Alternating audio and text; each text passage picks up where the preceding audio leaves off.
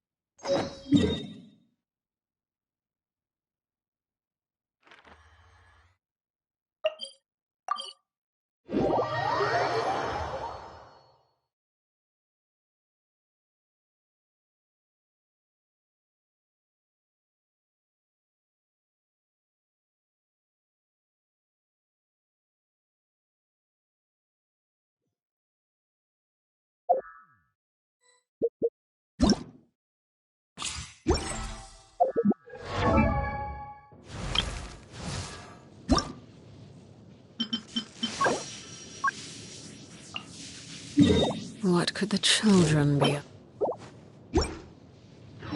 to? Never mind. Let them do as they please.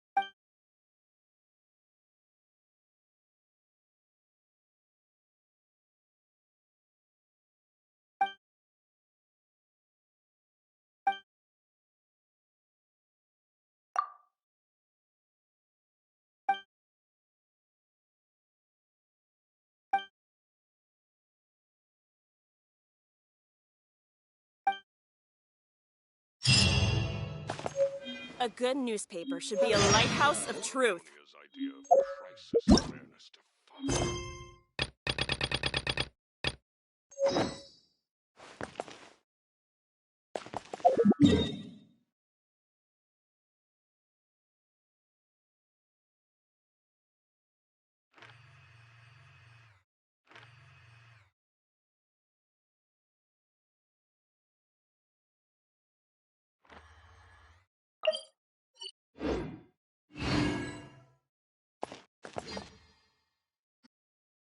Wow!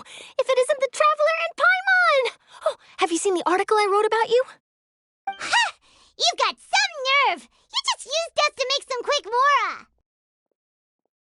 Oh, you needn't worry about that. I heard that you were in Poisson some time back, so I sent you a letter to discuss just that. It appears you didn't receive it, though. It's all right, though. I've set aside the amount intended for you. I've even set the table with some food. Really? Oh, you're the best!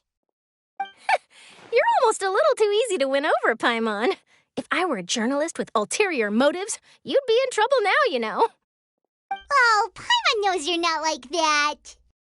Still, what brings you here all of a sudden? Were you looking for me? A friend of ours met you a while back, and when she mentioned it, we thought of coming to see you. Her name's Mona. Ah, so you know Miss Mona as well. She's a guest columnist for our paper. Really good one, too. She's so young and already such a brilliant astrologist. So she mentioned me? What did she say? She said that you're a real daredevil of a journalist. Nice. In which case, can this daredevil journalist dare to request an exclusive interview with the legendary Traveler and Paimon? Huh? So your article in the paper today doesn't count? Oh, of course it doesn't. That was more like live photography. What I'd like to do is dive deeper and ask you to talk about the things you've seen and experienced. Yeah, are we even qualified enough? Why not? If I say you're worth an interview, then you're worth it. But not right now, of course. I'll need a few days to prepare. Oh, in that case, we'll just chat when you have the time then? Oh, so that's a yes? Ooh, splendid! I'll tell the editor-in-chief immediately. I'll have to apply for lighting, a venue, some props, and... Whew, so much to get done now. Talk to you later. Wait, Charlotte, Paimon's still got a question for you. And what's that? If, just for example, Fontaine were to be flooded tomorrow, what would you do today? Huh, that's the prophecy you're talking about, isn't it? I mean, I do hear about it often, but I've never once thought that the day could be tomorrow. If you're seriously asking, then I might try and think of a way to leave Fontaine. Oh, but I'm still a journalist first and foremost. That means I have a duty to be reporting from the scene. And secondly, I wouldn't forsake my homeland that easily. From what I've seen, most people don't know what they'd do should the worst come to pass. In truth, it might be better just to behave like normal rather than worry over such an end. So in all likelihood, I'd probably still be prepping at the office for that interview of ours. I know what you're thinking. That sounds a bit sad, but I've always believed that it's best to do what you enjoy. Just think about it. If this nation really were to be suddenly destroyed tomorrow, but I still successfully finish an exclusive interview with a truly unique person, then the story I would wind up writing would truly be timeless. And then do you know what I'd do? Well, I'd write that story, send it for printing, and use messenger pigeons to get copies out to the various nations as soon as possible. I'm not a dreamer, nor am I a workaholic, but I do love my job, and I'd be proud of leaving such an article behind. I guess you could say that I was born to be a journalist. But anyway, that's my answer. And on that note, I'll get back to my preparations. That's so nice. All of a sudden, Paimon actually kinda envies her. Anyway, let's go and take a look at the sea, shall we?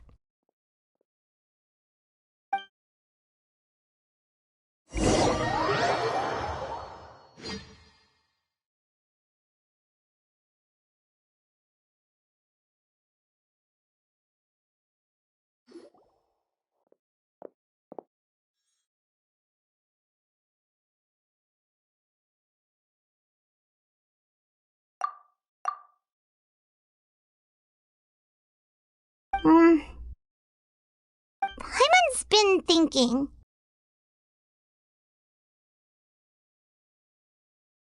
If it wasn't Fontaine, but all of Tevat that would be destroyed tomorrow, where would we go and what would we do?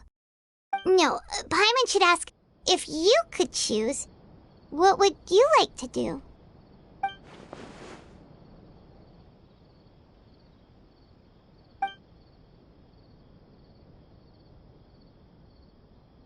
We've always been moving to the next destination, so we haven't spent much time thinking about these kinds of things.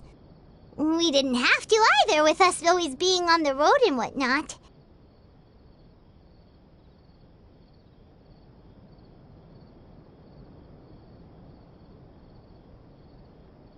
You mean, still traveling?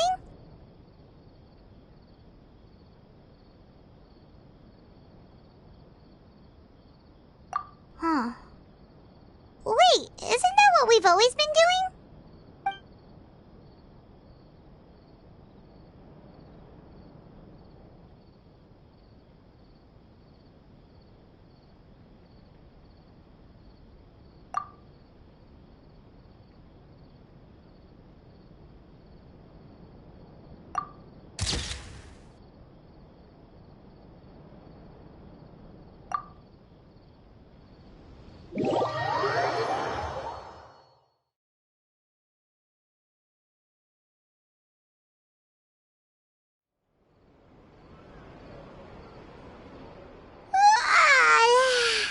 Feels like you'll grow mold if you stay here long enough.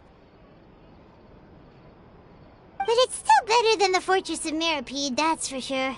It's not only damp there, but salty too. Ah, so the two of you are still here. Wonderful. Oh, you're from the Palais Mermonia, aren't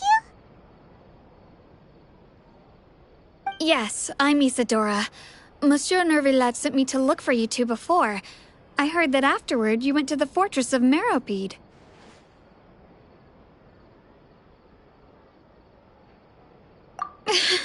Not at all. I'm well aware that you're friends of his. Actually, I'm here to pass along a message from him. Yes, inside the Opera House. The Maréchaussée Phantom has declared the incident a small-scale riot. A riot? Well, that said, I don't personally think it was that serious. Lady Farina was watching a performance at the Opera House, and while she was resting during an intermission, some other audience members suddenly started harassing her, loudly accusing her of doing nothing about the prophecy crisis. And before she could respond, others started to join in. The crowd continued to grow, and protests against the Hydro Archon started to break out. So people have started to put the blame on Farina. Guess they finally found an outlet for the pressure they've been under due to the prophecy. I agree. People will naturally rely on gods, as is customary. But the moment people feel threatened, gods are also the first to be blamed. So what happened after that? Is Farina okay? Seeing that the situation was spiraling out of control and that further argument was pointless, she claimed that she'd gotten tired of this and left in a hurry. The Maréchaussée Phantom had their hands full maintaining order and did not catch where Lady Farina had gone. Only when things had stabilized did we realize that she had gone missing. So, you mean she's still missing? That's right. The Maréchaussée has dispatched many people to search for her, but we don't have any leads yet. That said, I don't think there's much to worry about. She is a god, after all. Even if she were to fall into the hands of rioters, what could ordinary people do to her?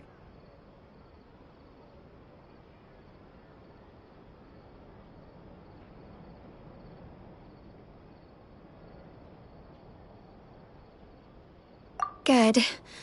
Monsieur Nervillet sent me to tell you about the situation, but he didn't say anything else. Don't worry, this is more than enough to go on. Thanks for keeping us informed. Ah, is that so? Well, all right then. In that case, you two take care. I'll be heading back to the Palais now.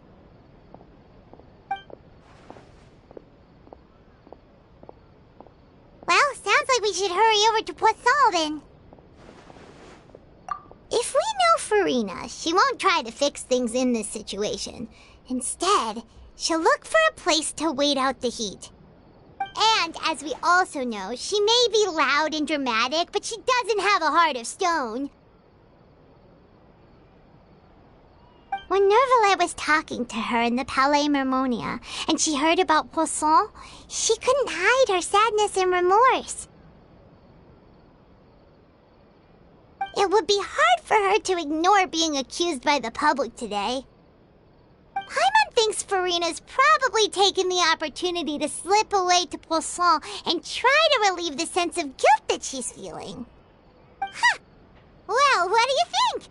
Paimon knows the answer, of course, but Paimon can do the analysis to back it up, too. Cool, huh? In that case, there's not a moment to lose. Poisson, here we come!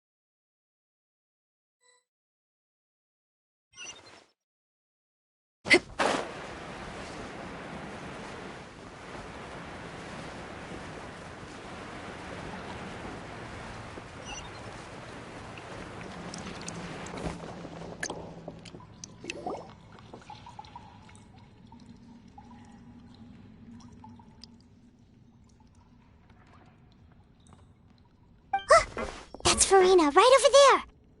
She really is here all on her own.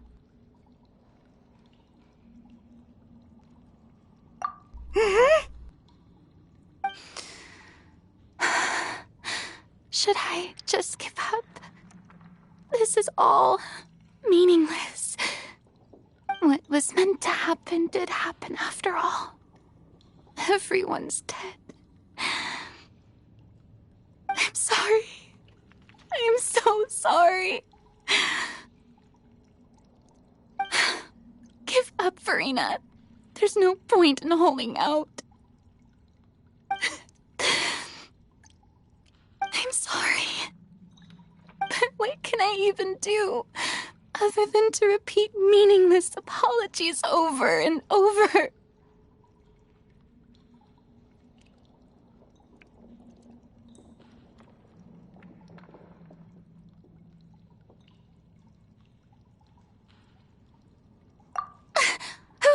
Who's that?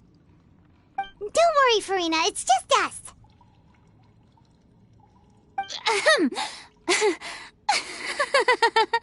So it is you, blonde traveler from another land. Why, I almost thought you were someone from that mob of my ignorant subjects. Come to kneel and beg for my forgiveness. Farina, you were crying just now, weren't you? The tear stains on your face are obvious. What do you mean, tear stains? Oh, I remember. The show at the Opera House earlier this morning was so moving. I'm still trying to process it. Who did that uncivilized rabble think they were, disturbing my enjoyment of the arts? They even dare to tout their Archon. I must teach them a lesson. I can just imagine their twisted and frustrated faces once they realize that I'm nowhere to be found. Oh, and I'm sure Nouvellette and those people from the Marish Chaussee Phantom are freaking out right next to them, too.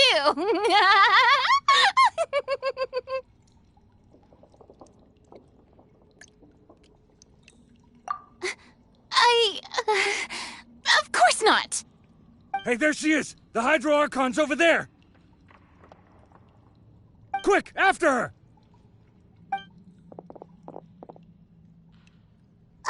Farina, those people seem seem to be after you. They are... They're just some rabid fans who want to cut the line because they haven't been able to meet me in person, aren't they? That's against the rules. I can't let them get their way.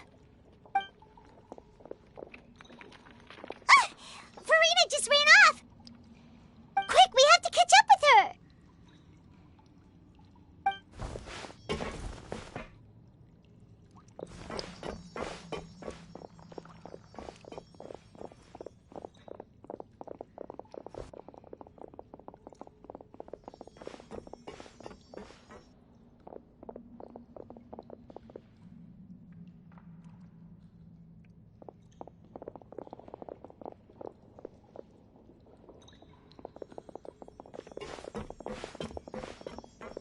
This should be the place, right?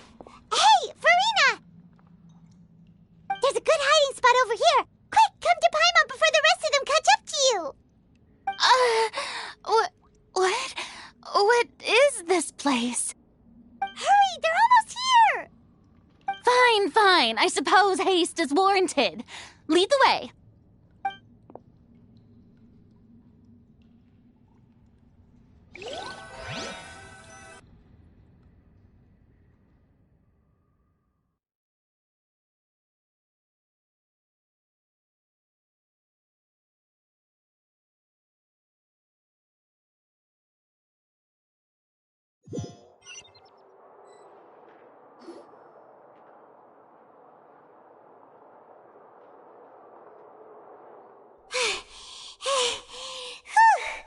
Paimon's exhausted.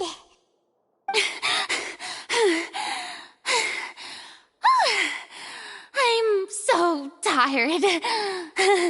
I totally thought they had caught me. No, I merely gave in to the sheer enthusiasm they displayed.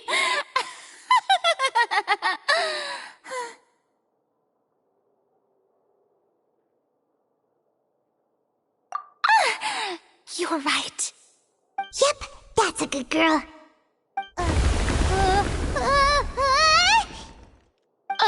What's happening? The ground's shaking. Is it an earthquake?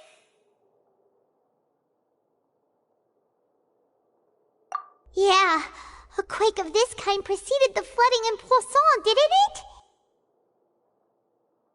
It can't be. It's happening again. Well, there's no need to worry too much about that. Neverlette's made some emergency plans, so the evacuation should go a lot smoother this time. Yeah, I hope you're right. But the people of Poisson, they've already...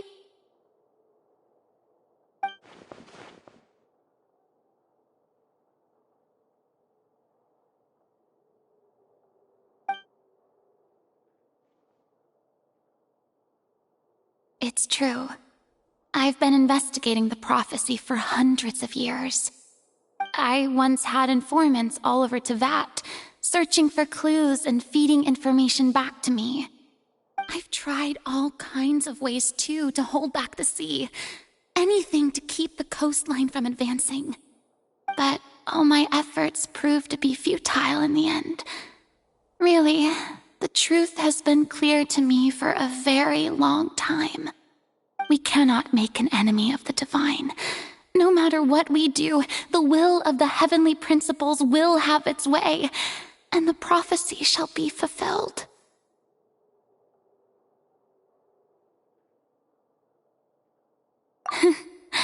Give up. I do love, indeed. I've thought about giving up so many times, especially after we almost lost Poisson. Fate is really unreasonable, isn't it? It has no heart and obeys no rules. The prophecy has only just started to come true, and so many people have already lost their lives. But just now, it all became clear to me. I still don't have the right to come to terms with fate on behalf of everyone else. As long as the final moment hasn't come, it's still not too late. Don't worry. I will keep hope alive for everyone until the very end. Well, that's enough for now. I got the impulse to play the stricken maiden, but honestly, considering my rank and station, that wasn't a good fit at all. Don't take any of what I just said seriously. How could I possibly let Fontaine fall to the whims of trivial prophecy? Come on! Paimon could have sworn you were actually being honest just now.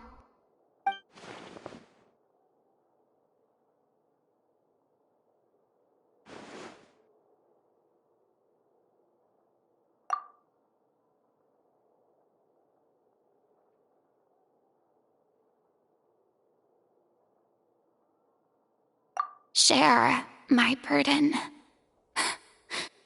That's impossible. It was fated right from the start that this would be my duty alone.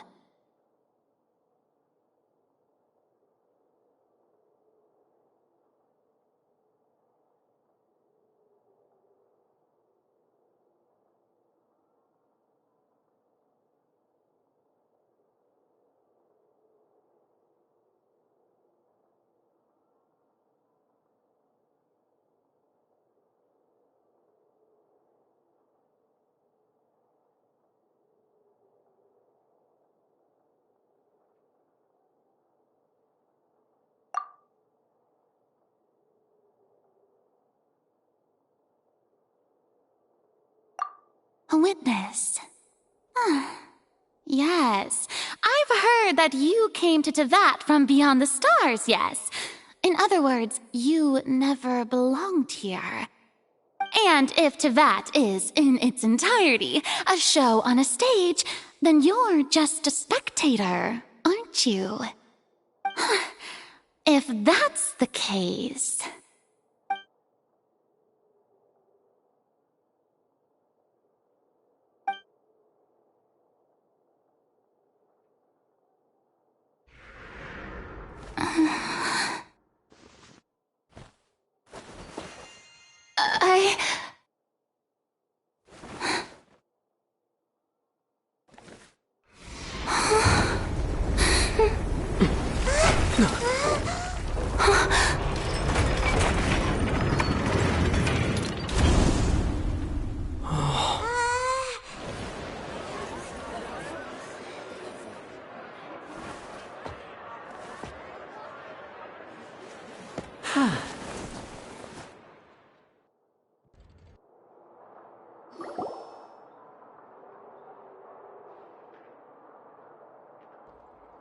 Ladies and gentlemen, this concludes my opening performance. Now, without further ado, we may proceed to the trial of our god. So, this is what it is. Yes, you deserve praise for the effort you took to raise the dramatic stakes.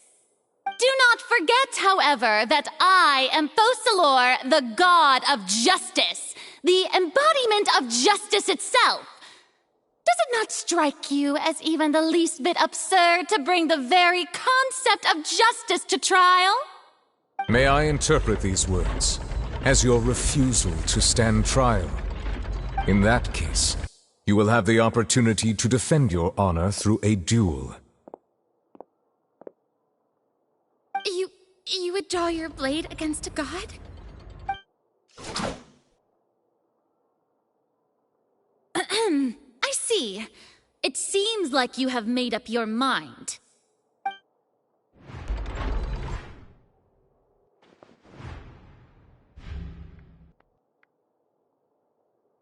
Paimon can't believe it. She just surrendered. What the heck is going on? Did I just see an Archon surrender to a human? Wow, how utterly humiliating. Lady Farina, what is the meaning of this? Shh! It would seem that there has been a misunderstanding. To be clear, the raising of both hands is not always an indication of surrender. Looking for excuses again, huh? I raised my hands just now to indicate my acceptance of the trial. No duel shall be necessary. I will admit that I've been running away for a long time. I'm sorry, everyone. I was unable to protect the people of Poisson. It is my duty to stand trial for my crimes. You are not the only ones to be disappointed in me. I, too, am exceedingly disappointed in myself. But now, it is time for the Hydro Archon to show you her courage and resolve. I, Farina, will use this trial to show the world the true meaning of justice! This time, I will protect you. Applaud and rejoice. One of the most outrageous and fantastical arcs known to the opera epiclese is now unfolding before your eyes.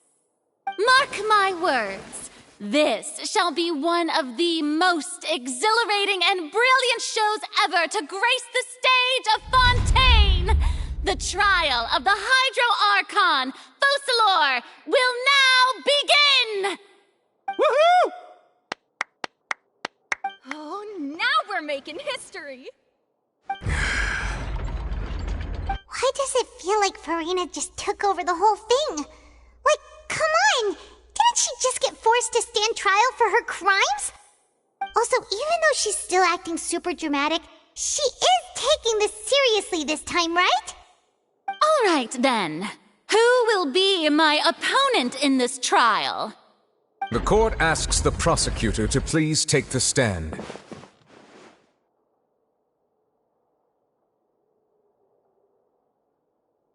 Is that so? Very well. Then please speak, witness of Tivat, my accuser and fated opponent.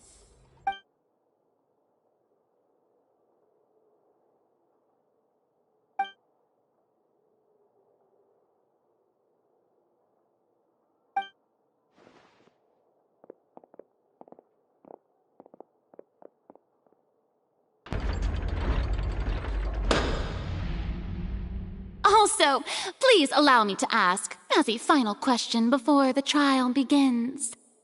Just how much work did you do to force me onto this stage? Well, we did do a lot of prep after the meeting that day.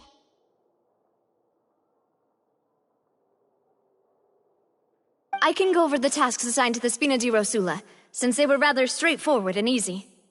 Navia, the president of the Spina di Rosula. Most of the people who participated in the disturbance this morning were my subordinates.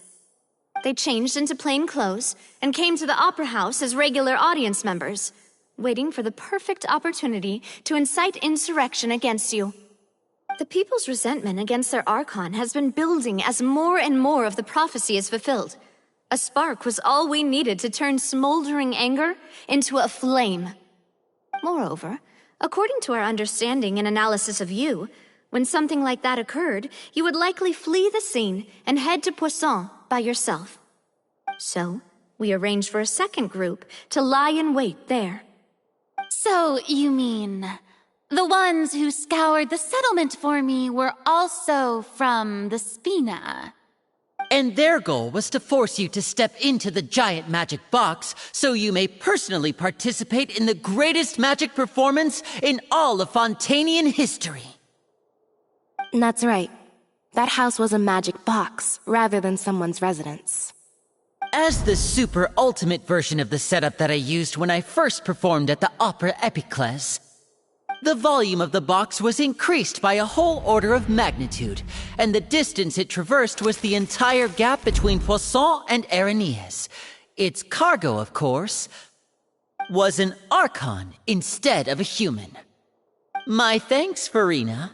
Without your help, we could never have pulled off such an extraordinary performance.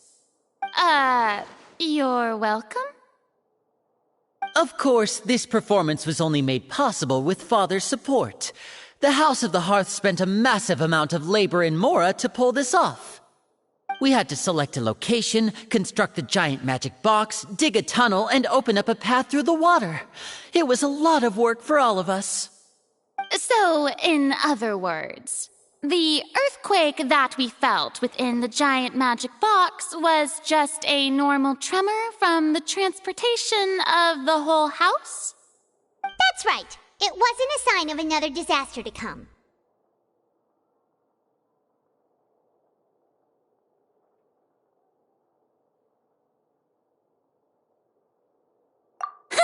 Then, I can guess Nervillette and Cloran's parts.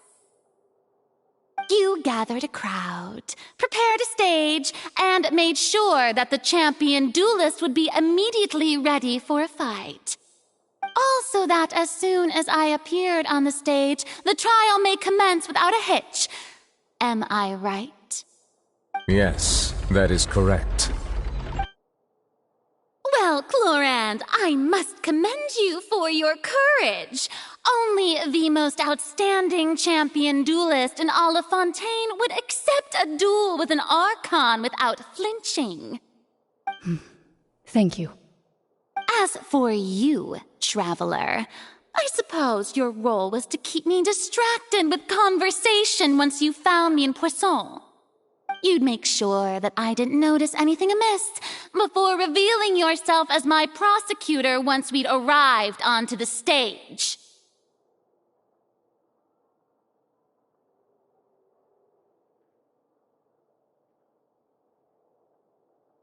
Oh?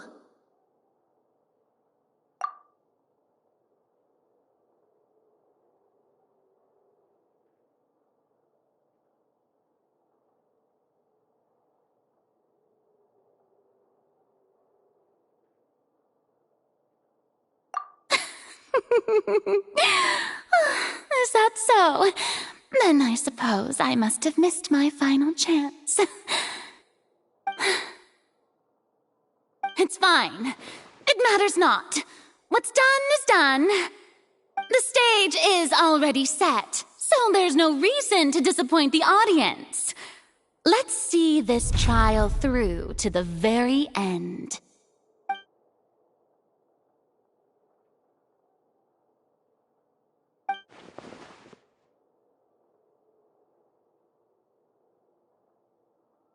Sir Prosecutor, please allow me to pass this along.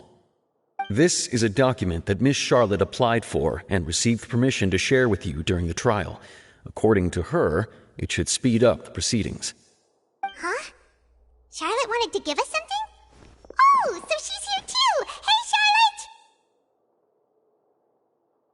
Oh, let Paimon see. Isn't this the exclusive interview that she did with us before? So she's already finished it, huh? Wait, then that means this document is a perfect timeline of everything that's happened ever since we stepped foot in Fontaine! So in other words, we can refer to this anthology of evidence every time we want to use something from our journey as evidence for an argument!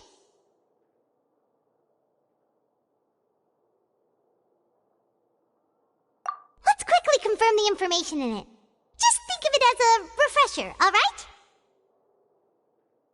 You defeated the Hydro Archon in the very first duels you took part in at the Opera House. That's one for the history books, all right.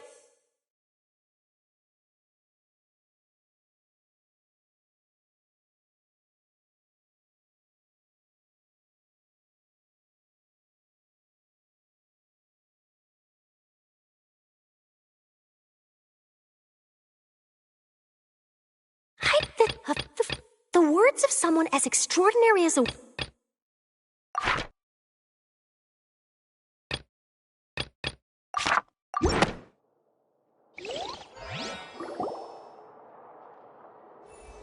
The prosecution and the defense are both in position. The trial shall now begin. Oh, come on, Nervillette. There's no need to repeat all the unimportant legalese. Just fast forward to the part where the prosecution lays out my offenses. As the defendant and the lead actress of this performance, I still haven't even been informed of my supposed guilt in all of this. Of course, It is only natural for humans to struggle to understand the actions of a god. However, you will need more than that to convict me of a crime. That's true, but my charge here is unrelated to your conduct as an Archon. Instead, I would like to charge you as a fraud who's never been the Archon in the first place. Wait, what was that? Lady Farina's a fraud? Hey, I came here thinking that we were going to try the Hydro Archon for forsaking our duty, but did I hear that right? She's not our Archon at all? Charge accepted. Lady Farina, do you plead guilty to the charge?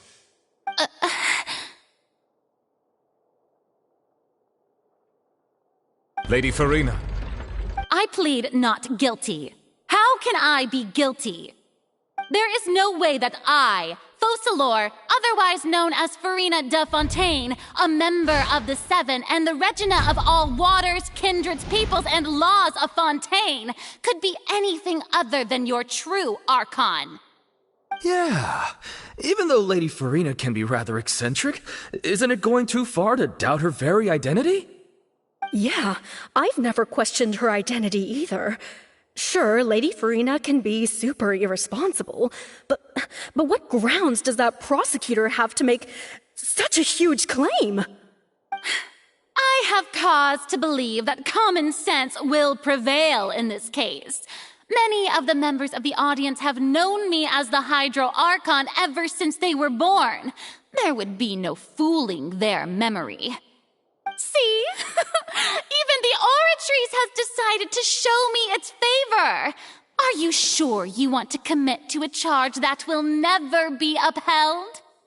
If you wish to drop the case, I can promise you as the God of Justice that you will not have to face trial for making a false accusation.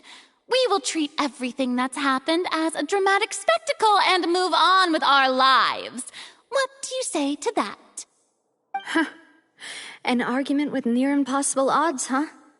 We have to not only refute Farina's claims, but also overturn the long-held beliefs of the people.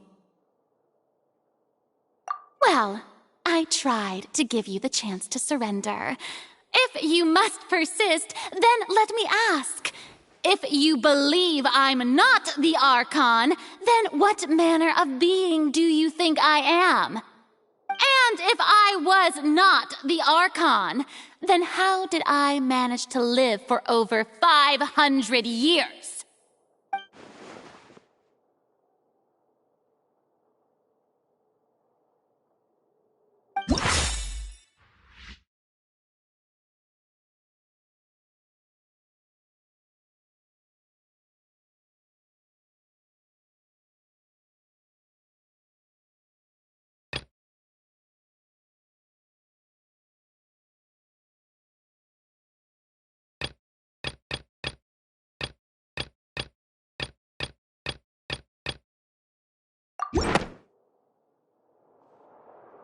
First of all, you may be a member of another long-lived race, which would allow you to naturally possess an extended lifespan.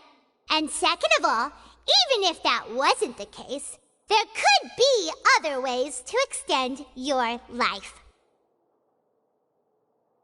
Who gave you that idea? Was it the knave? You'd sink so low as to use a harbinger's words against me. A curse? I once thought it possible that the aura of an Archon might naturally resemble the type of curse. But in light of this claim, perhaps what I sensed was not your divinity, but a curse after all. Neverlet sensed it too, huh? Lady Farina is actually a human?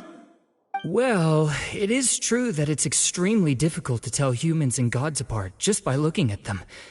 It's not impossible.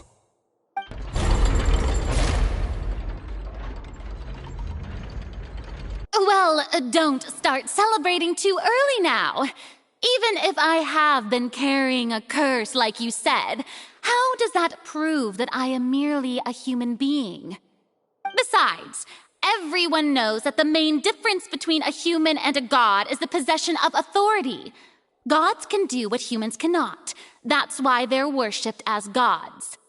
For centuries, manifestations of my authority have served the nation of Fontaine. One need only to turn their eyes towards the Oratrice Mécanique d'Analyse Cardinal in this very opera house, or consider the indemnitium that is used in every aspect of life.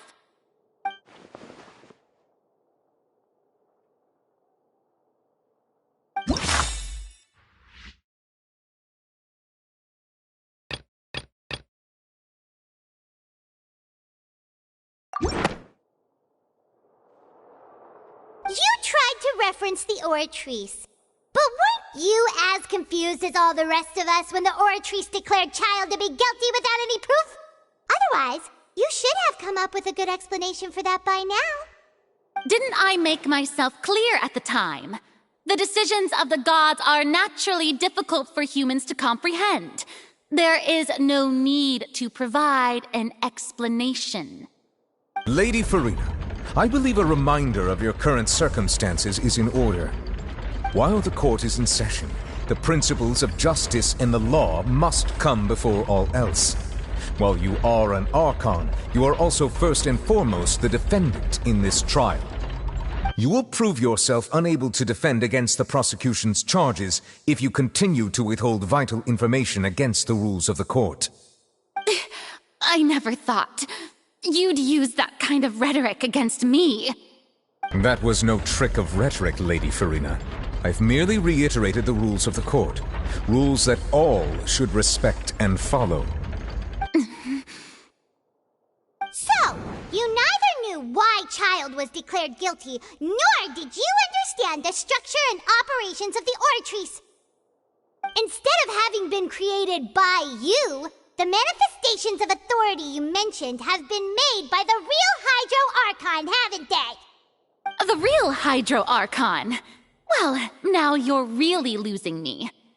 It is true that I did not know why the Oratrice gave out a guilty verdict that day. But the Oratrice handed out that verdict unilaterally, and it has been operating independently ever since it was first created. You can't argue that just because a divine creation is flawed, that the god behind it must also be no god at all. She's still throwing out all kinds of excuses. Seems like she's confident that we won't be able to produce proof that she has no power over the Oratrice. My power as an Archon. There are many ordinary citizens in the audience. How can I just carelessly demonstrate the formidable power of an Archon? If that poses a concern, I'm prepared to extend my protection to the audience. You don't need to go that far.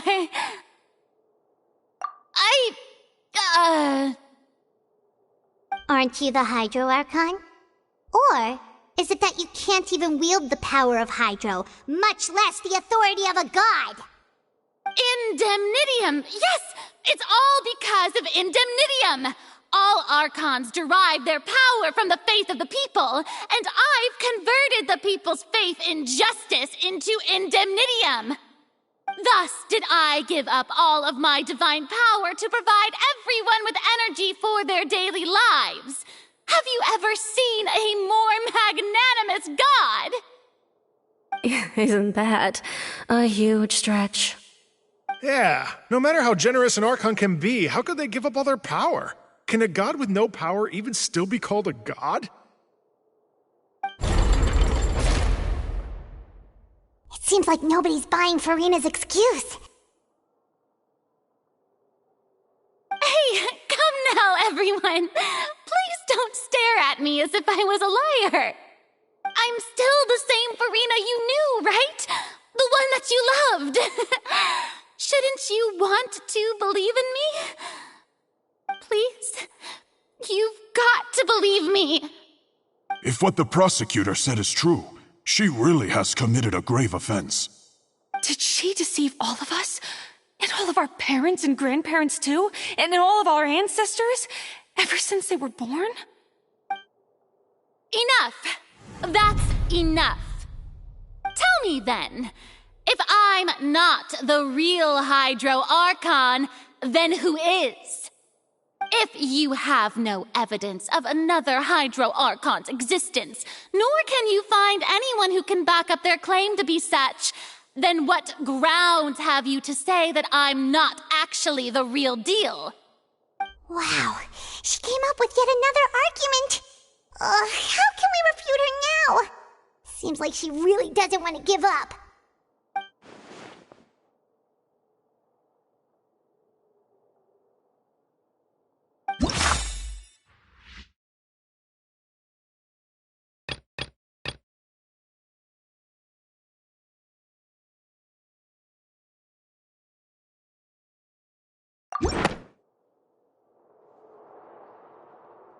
It has been established that all Fontanians can dissolve in water from the primordial sea. And that means...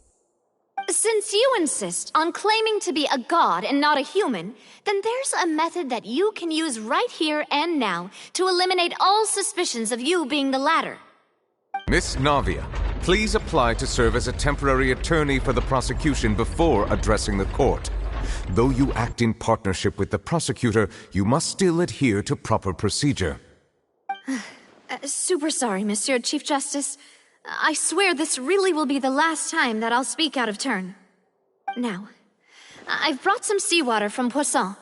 As everyone knows, a massive flood struck the area not long ago, taking many lives, including those of some of my closest friends. So, Miss Farina, would you dare to touch some of this seawater? If we are to believe that you are indeed the real Hydro Archon, touching this seawater would have no effect on you. All it should do is strengthen your case. But if you don't dare to touch it, then we would have basically proved the reverse. Oh, and I must remind you that after the disaster at Poisson, nobody wants to see any more people dissolve. I do hope you'll act prudently and choose the simpler path of admitting guilt. Navia from the Spina di Rasula. The Spina has governed Poisson for many years. I guess her suggestion is valid. If Lady Farina is indeed just a human, she's probably Fontanian like all the rest of us. Would she really dare to try?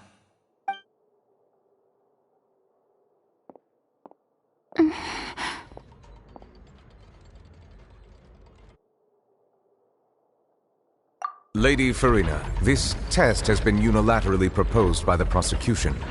As it falls outside the realm of standard court proceedings, you possess the right to decline participation. Well, of course he had to tell her that. But refusing to participate is basically the same as a confession of guilt. She's just staring at the water without saying a single word. It really does seem like she's quite terrified of it. That could only mean...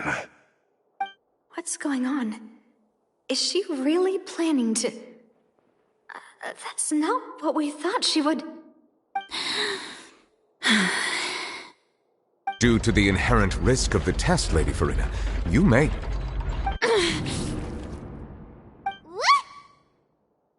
Hey!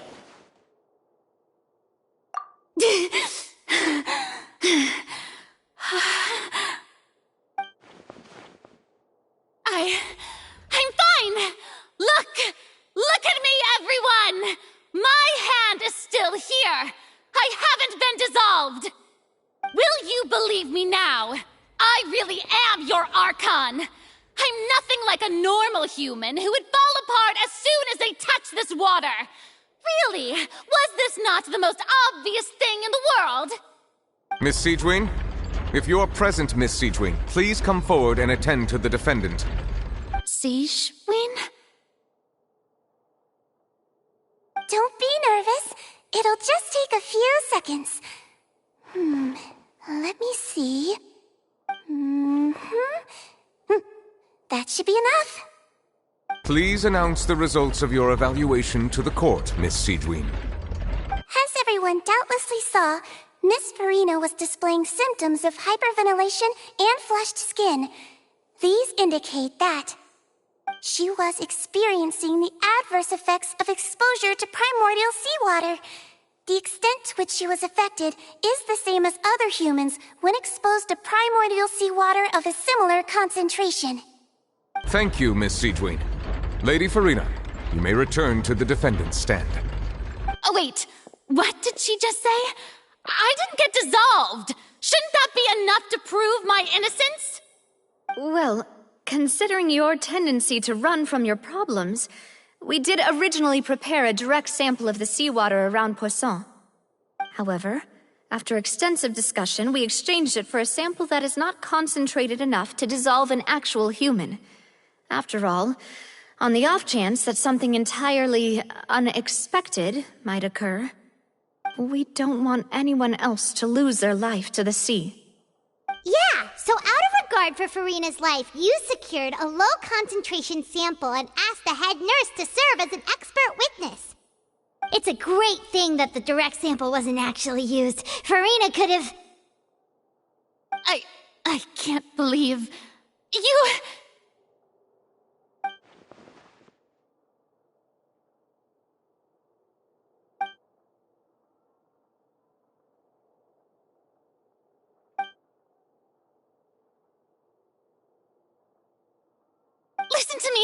Listen to me, everyone. Please don't give me such cold and disdainful looks. What happened just now didn't prove a single thing. Think about it. How can you conclusively prove that an Archon can't also be affected by the primordial seawater? Also, if I was really just a human, why would I dare to just put my hand in that kind of water?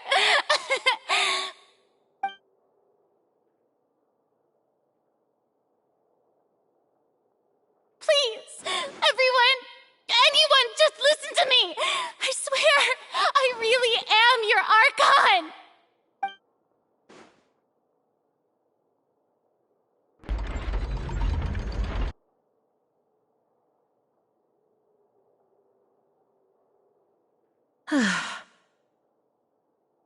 I don't think anything she says at this point will sway anyone.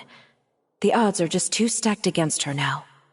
With all the things that have been said, Paimon doesn't think there's any way left for Farina to win. I believe the time for arguments and presentation of evidence has come to an end. If there are no objections, we will move on to the final judgment.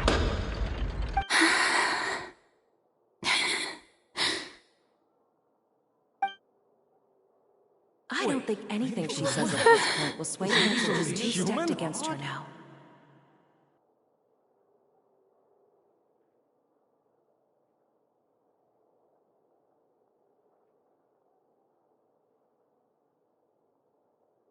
In my capacity as Chief Justice, I shall now render judgment on Farina's misrepresentation of herself as the Archon of Fontaine.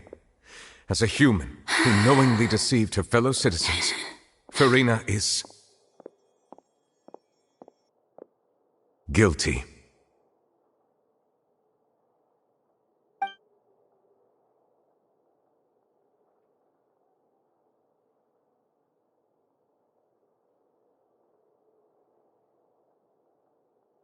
We shall now turn to the Oratrice Mécanique d'Analyse Cardinale to render the final verdict on the charges.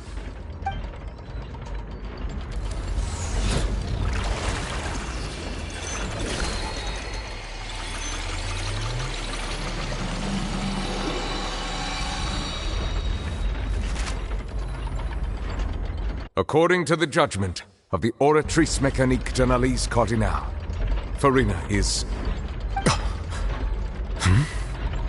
Well, what's wrong? What's the Oratrice's verdict? No, the Oratrice also displays a guilty verdict.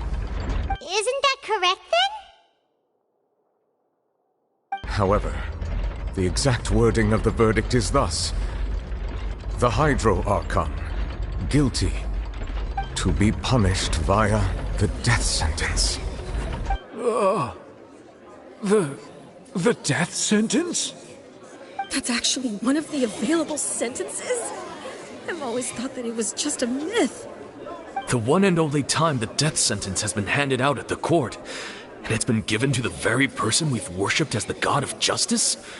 What an unexpected twist. Farina's been sentenced to death by the Oratrice?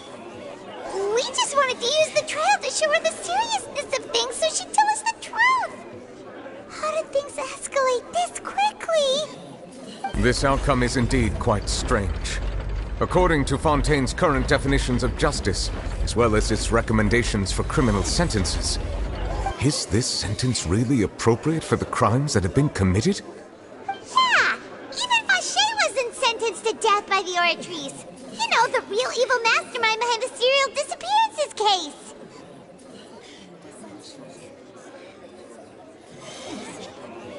Indeed. Not only is Farina's sentence overly excessive, the very point of our trial today was also to prove that Farina has never been the Hydro Archon in the first place. But now, the Oratrice seems to have deliberately invoked the title of the Hydro Archon. What does this mean?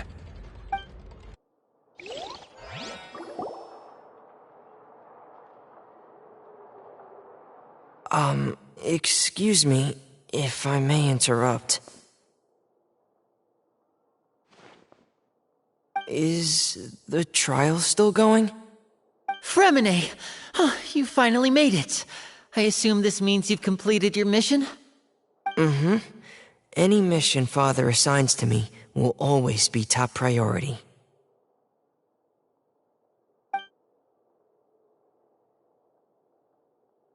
Is that the first prophecy slate? Huh. So the knave privately arranged for Fremine to try and find the missing slate.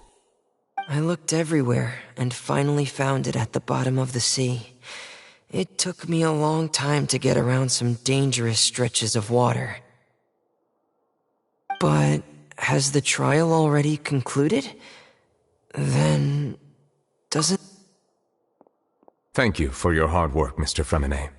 Please allow me to review the record left on the slate. Traveler, I believe that you have already seen the other existing slates, and would like you to come here and confirm their contents.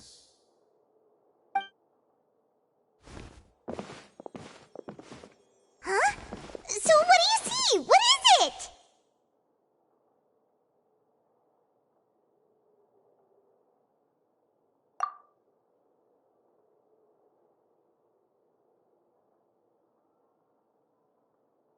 I believe I have now made sense of the Hydro Archon's crime. It has to do with Fontaine's lost history. Huh? Isn't the Hydro Archon just guilty of deceiving her people? Oh, wait, no, that's Farina, and we've already proven that she's not the Hydro Archon. So when you say Hydro Archon, do you mean the real Hydro Archon we've been kinda talking about? In truth, everything that you've encountered in Fontaine up until this point can be traced back to the contents of these stone slates. However, I'm uncertain as to how much sense they currently make to you.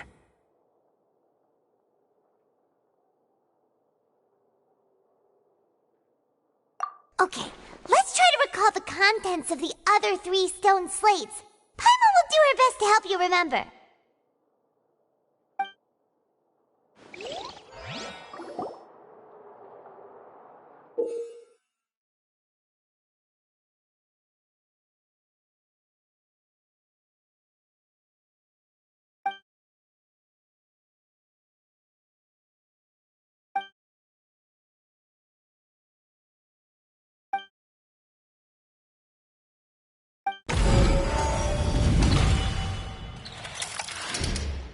Stone slate describes what you just said.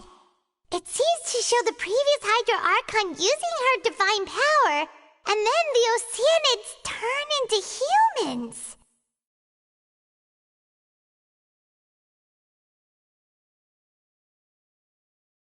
Does that mean that Fontanians are transformed Oceanids?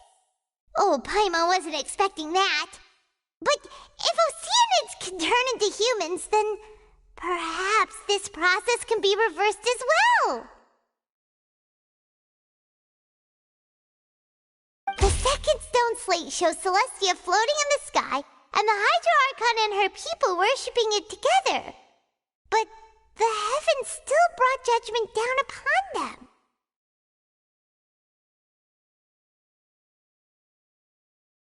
This must be the point when the Hydro Archon and the Fontanians were branded with their original sin. Does this mean that the original sin and the Hydro Archon sin are the same thing? The third slate shows the Hydro Archon sinking into the sea surrounded by many people.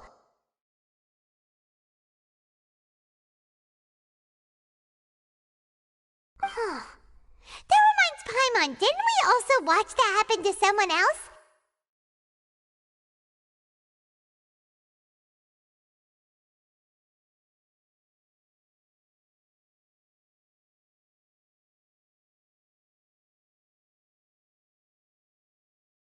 Well, the fourth slate is the prophecy the Fontanians have been talking about. People dissolving into the sea, the Hydro Archon crying on her throne, and so on. We didn't believe that such a crazy disaster could happen at first, did we? But after that incident, it was just a question of when and not if.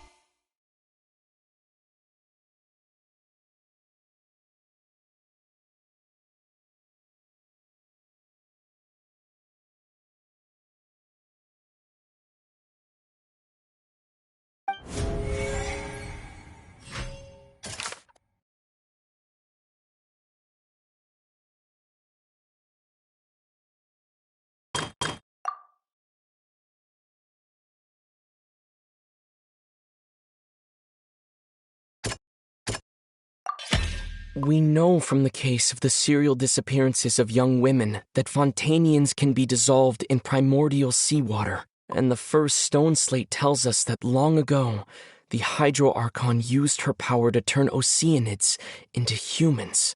This might be the reason that Fontanians can dissolve.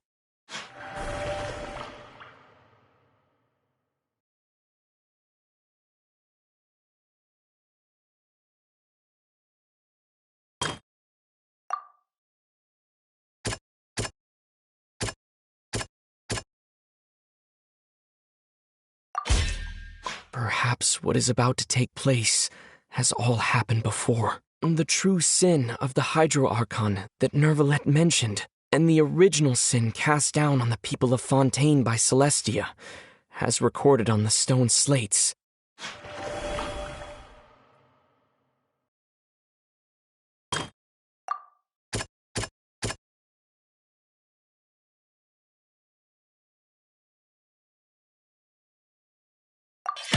It's not as simple as falling into the sea. When Navia fell into the sea, her consciousness was subjected to judgment. The stone slates show the people gathered around the Hydro Archon in the sea. Could that be alluding to the same thing?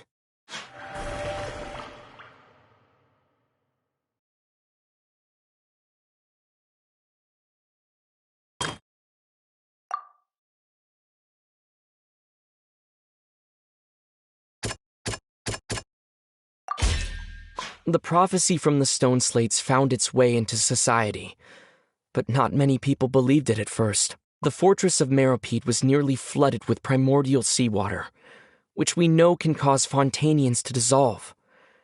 It seems increasingly likely that the prophecy may come true. If we hadn't dealt with it in time, things could have gone very badly. They'll dissolve into the primordial sea but won't cease to exist. Their essence will flow in the seawater, converge, and take the form of an Oceanid.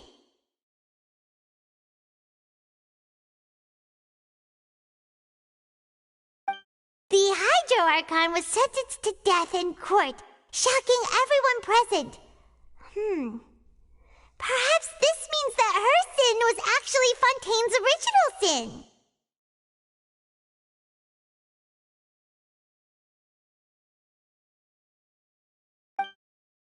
Navia fell into the water inside those ruins, and she nearly dissolved. She was surrounded by the people of Poisson in a court within her consciousness, and was forced to take part in a trial meant to make her stay.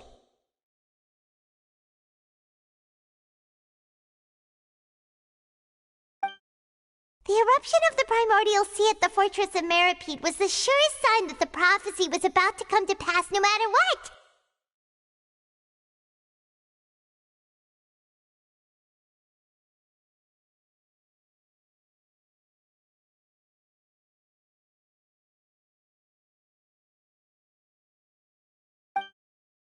The stone slate's contents can all be verified by recent events.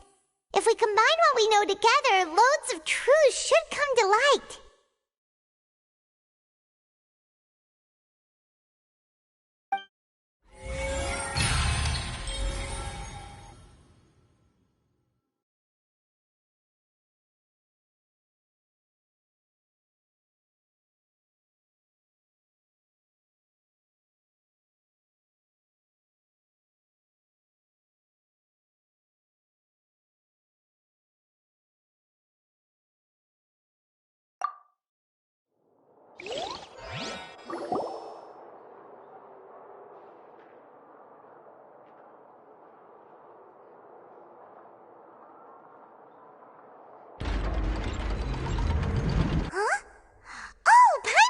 Now, so that's how you can make sense of it.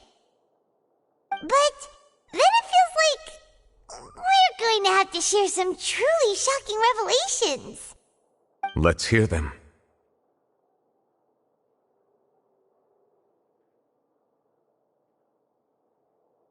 Incredible. Linny, did you hear that? We're not real humans.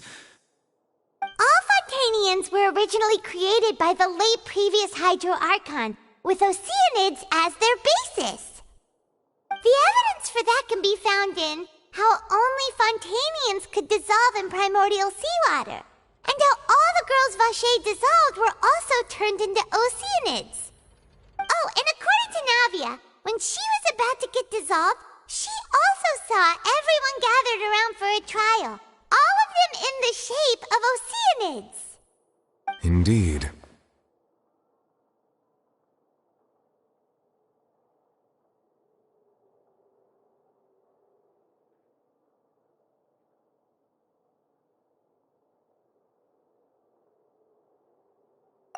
Yeah, and it follows from the content of the first slate that she probably angered Celestia by creating humans without prior permission.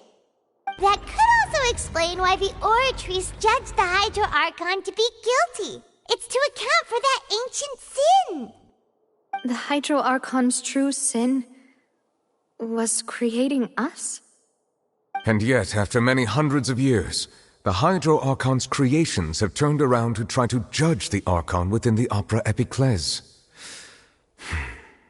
The twists of history are often the most unexpected of all.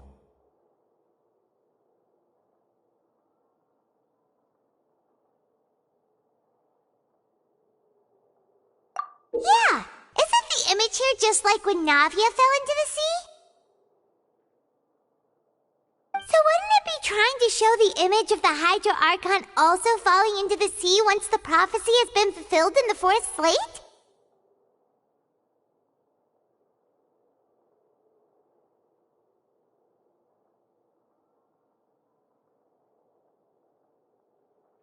In the end, the people will all be dissolved into the waters, and only the Hydro Archon will remain weeping on her throne.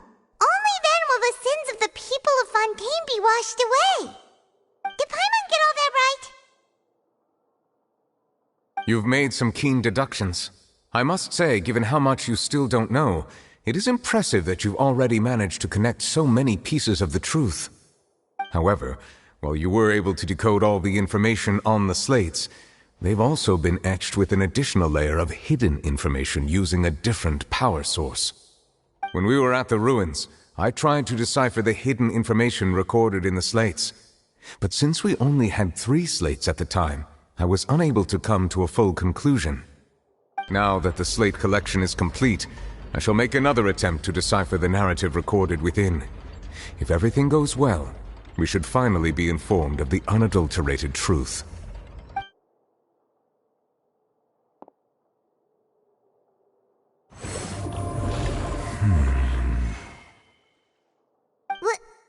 Well, I believe I should share this truth not only with you, but with all the people of Fontaine as well. I will try to briefly summarize it for you.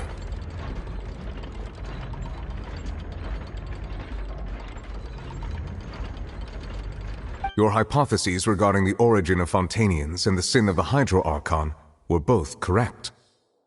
In the Fontaine of old, the previous Hydro Archon sensed the yearning of her Oceanid familiars for life on land.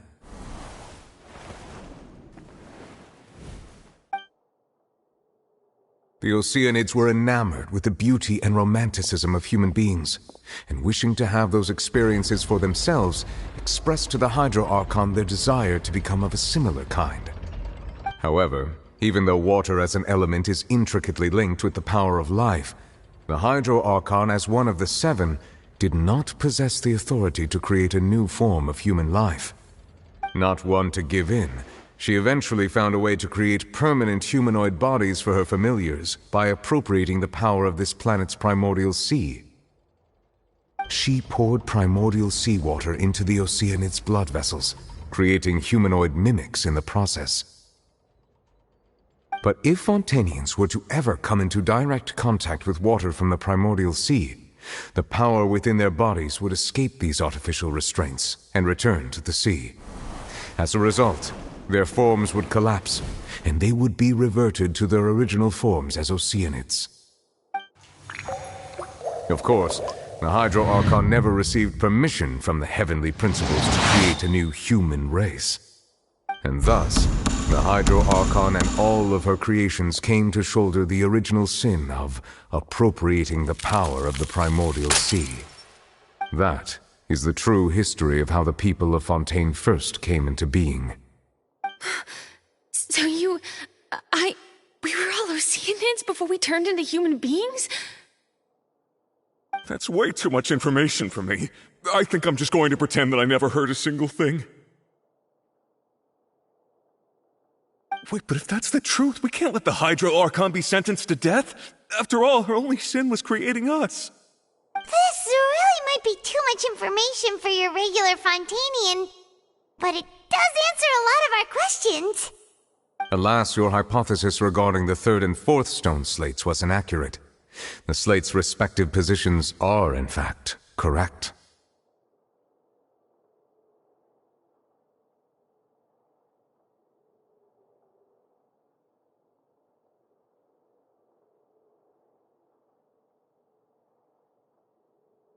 A key point of the visual on the third slate is how all the individuals depicted in the water are humans rather than Oceanids. They have not been dissolved, which implies that the water depicted in this slate is not water from the primordial sea.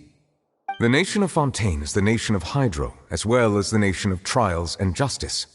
Instead of being the literal element, the water in the scene symbolizes judgment and justice.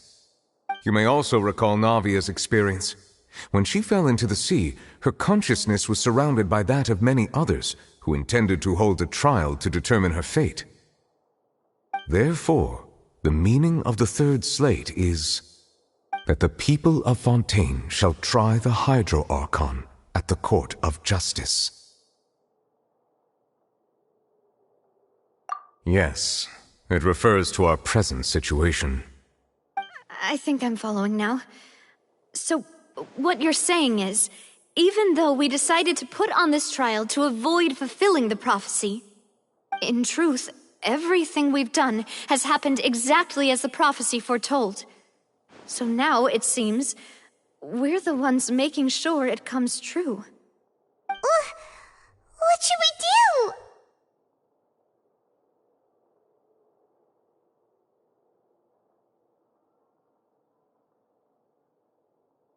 Huh.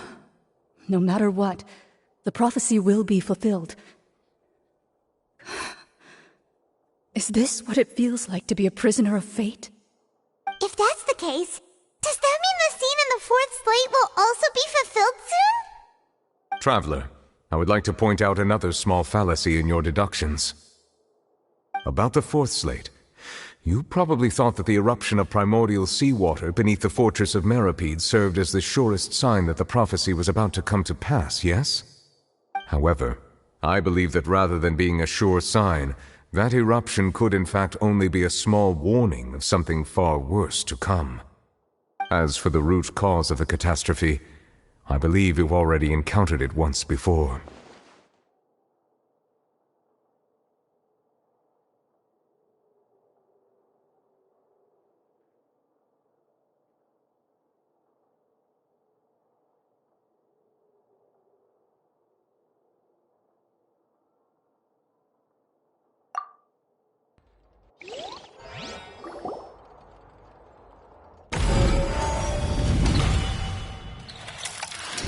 This eruption was just a small warning of the things to come. We must find the root cause of the disaster.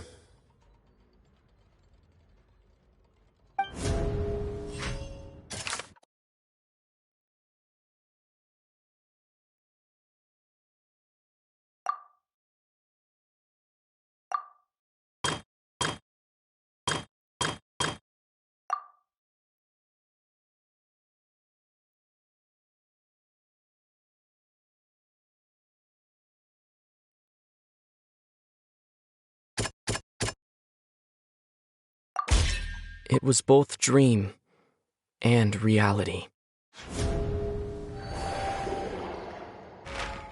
If we're talking about a true culprit, that could only be that thing inside the primordial sea, right?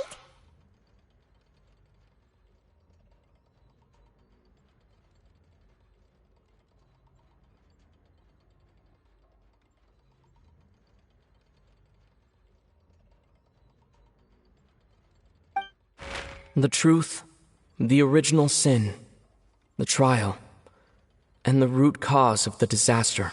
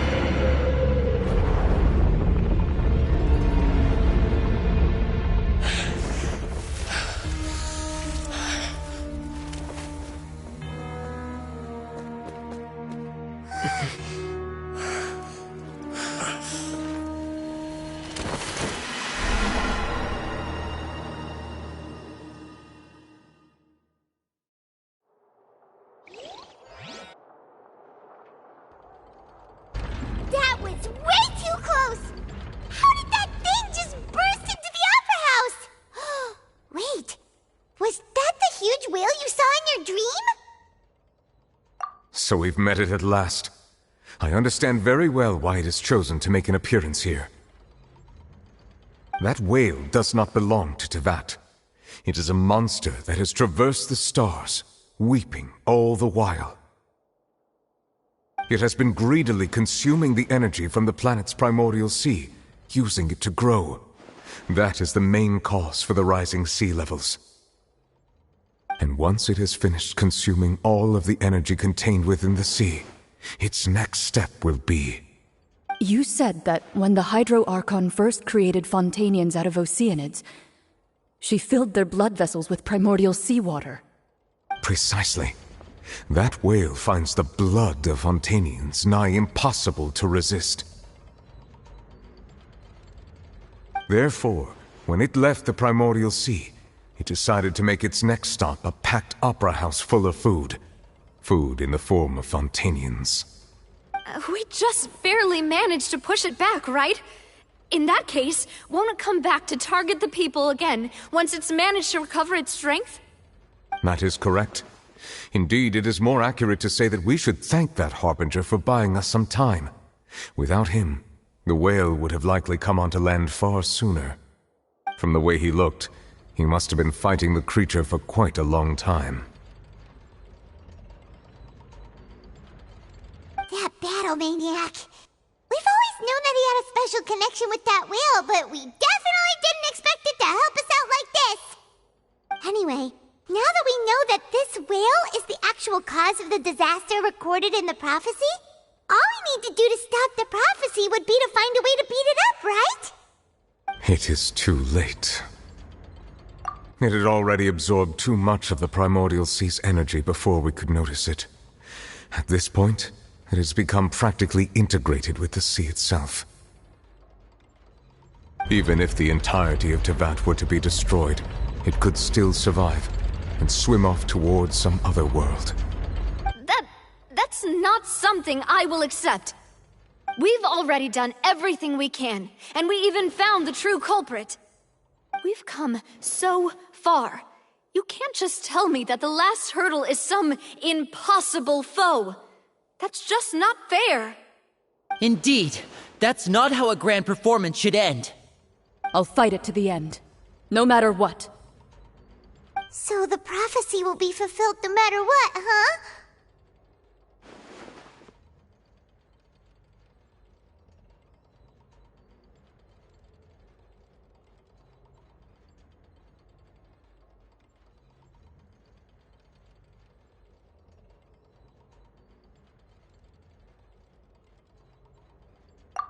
The prophecy.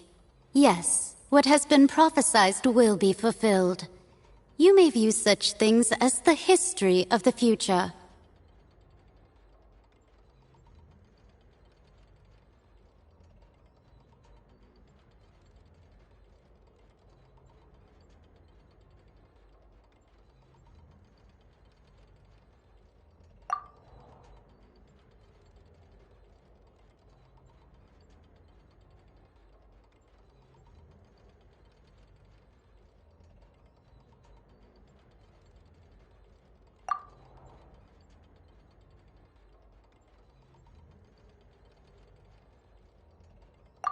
Just as prophecies are usually only the future as seen from the perspectives of the gods, could things be ultimately, fate shall serve as your only guide, no matter what.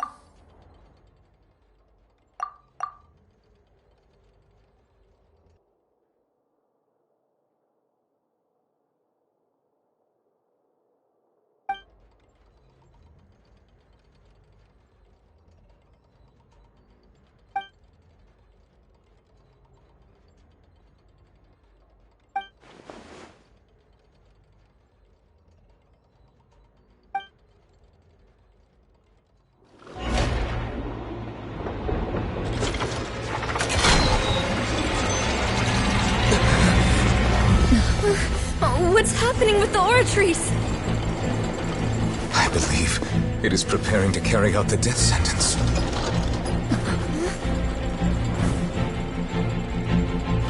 Farina!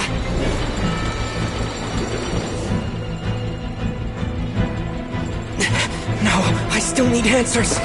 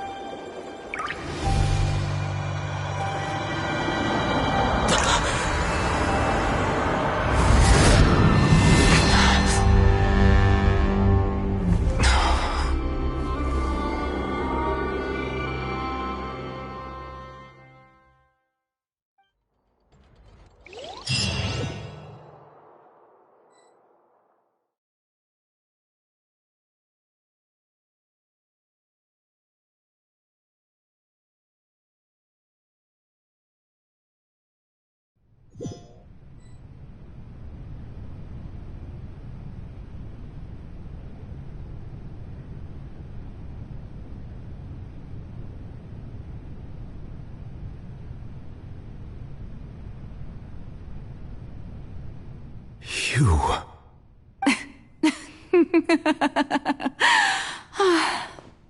Sorry. That shocked expression on your face is just too amusing. I couldn't help myself. You are not Farina. Who are you?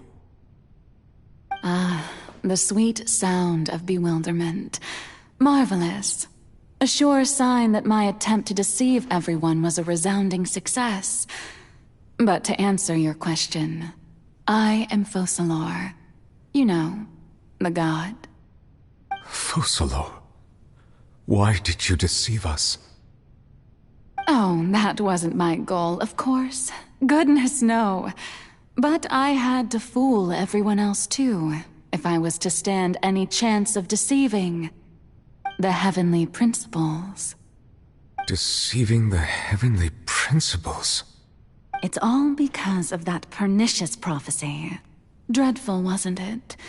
Everyone doomed to dissolve. Fontaine condemned to be flooded.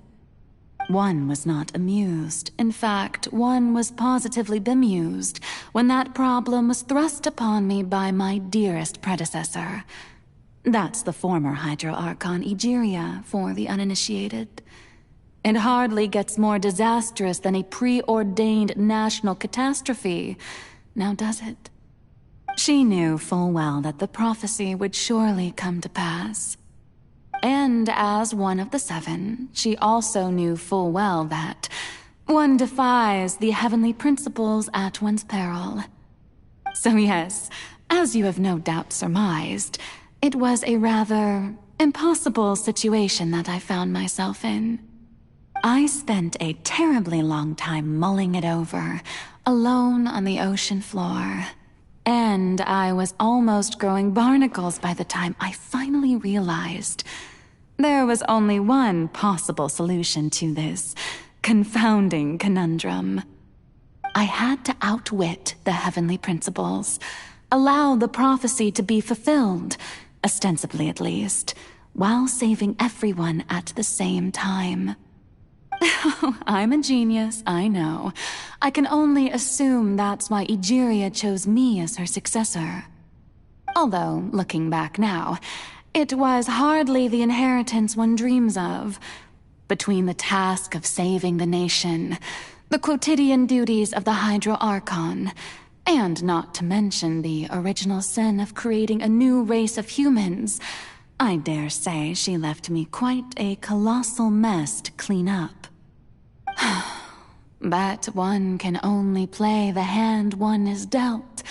I did not choose this, any more than I chose to be one of her Oceanid familiars. So you were also once one of the Oceanids, transformed into a human by Egeria's hand?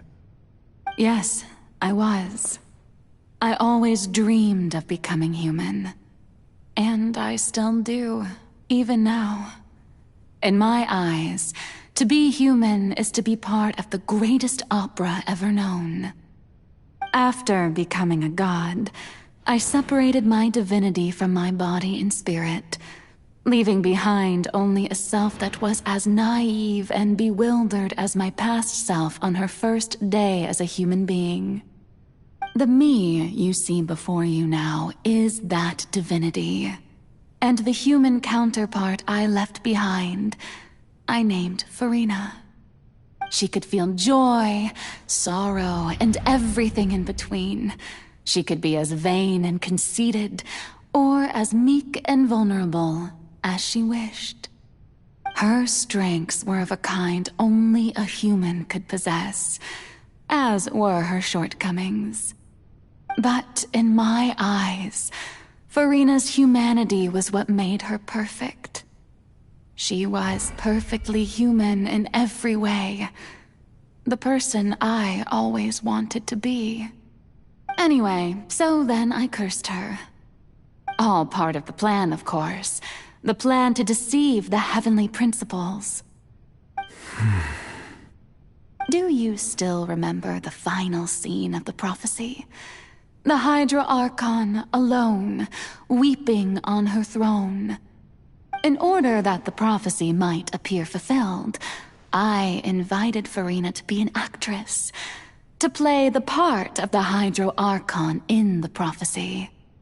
Under the curse I placed on her, so long as I, Focalor's divinity, continued to exist, she could not die. But nor was she free to live her life in the pursuit of happiness. Instead, she was forced to take the stage in the opera house, to embrace the role of leading lady, to forever play the part of the god from the prophecy, all to create a deceitful appearance of that prophecy coming to pass. I suppose now you probably understand why your court is called the Opera Epiclese. But Farina is only human, isn't she? Even though she has had a long life, her mind is no stronger than that of any other ordinary human being. I cannot begin to fathom what she has had to endure. It must have been torture for her. It has indeed. And although she is, in a sense, me in human form, I most definitely owe her an apology for it. It's been 500 years. And all along, she's been playing her part in the most unimaginably long, unbearably lonely, and agonizingly painful opera of all time.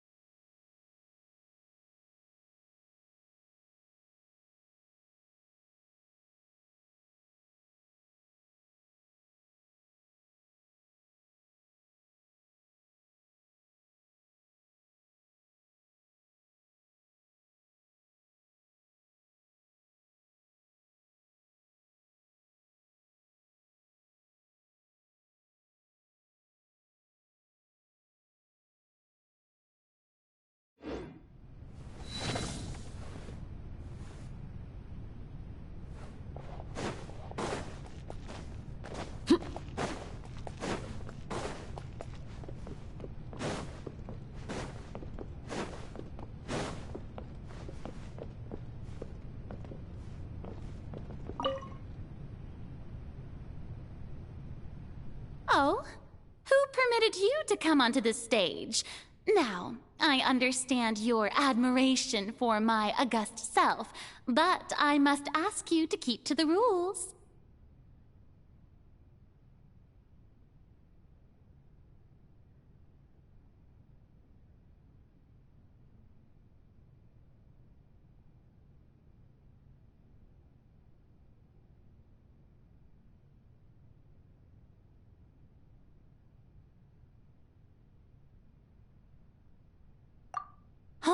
All right. It is not my intent to reprimand you.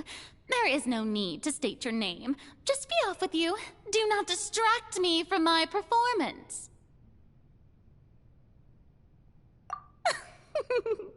Oh, do not jest. Can you not feel it? I am Focalor, The eyes of countless Fontanians are upon me. I must, at all times, display the utmost elegance and nobility.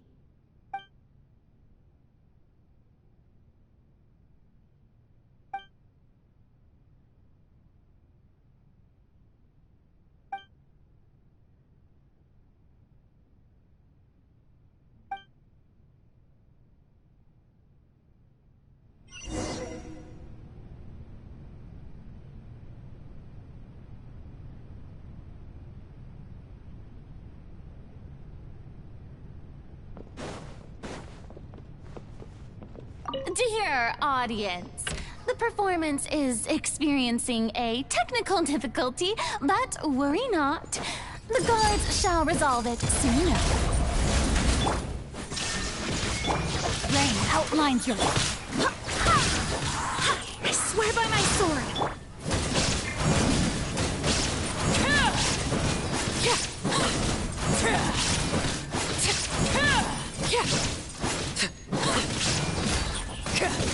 Laid bare.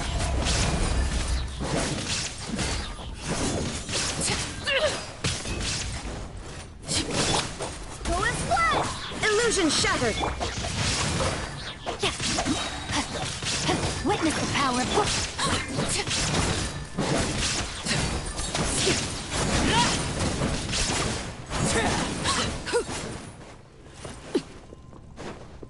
Hey, what gives? The audience is still watching me, you know. Guards? Wait, where are the guards? Guards!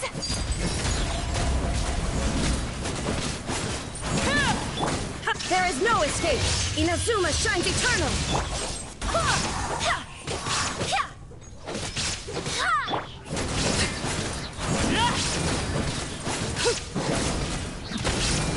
Laid bare!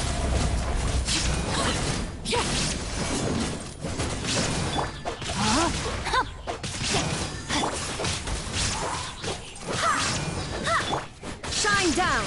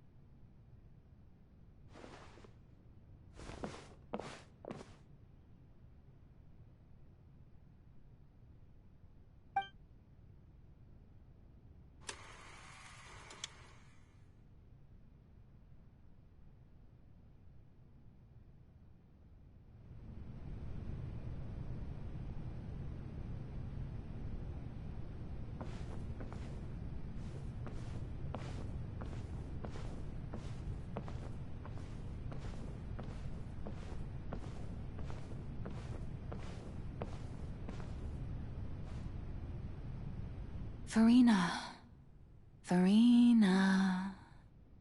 Huh? Who's that? Who's calling me? Where are you? Be not nervous. Be not afraid. I am before you. Wait a moment. You're... near me? How can this be?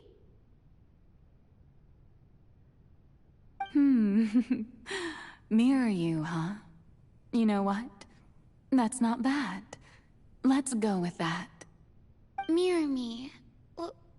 What do you wish to say? The prophecy. Have you heard of it? What prophecy? Oh, wait. I know. I think... I don't know why, but it's in my head somehow. The people will all be dissolved into the waters, and only the Hydro Archon will remain, weeping on her throne. Only then will the sins of the people of Fontaine be washed away. Oh, very good. You know it well. What's going on? I can't seem to remember anything clearly. The only thing I know for sure is this prophecy. Will it really come to pass? Yes, it will. And that is why I've come to you. Disaster will come to Fontaine sooner or later. Things will develop just as the prophecy declared. There is no escaping it. But doesn't that mean everyone will die? I'm a Fontainian just like them. Will I dissolve too? Oh, don't worry. Magical meetings exist in this world precisely to give people a chance to turn things around. It is the reason why you met me today. I will tell you how to save everyone, but you may have to suffer somewhat. Oh, so there's still hope after all. Goodness, you frightened me. You spoke so much and with so much certainty. As for the suffering, well, I will admit that the first thing that came to mind was, why do I have to be the one to suffer? But if the prophecy will come true, I'll also die anyway, right? So if I've already met you as my magical meeting in this world, if there were scales, with all the people of Fontaine on one side, and my pain on the other, is it not obvious where the scales should tilt?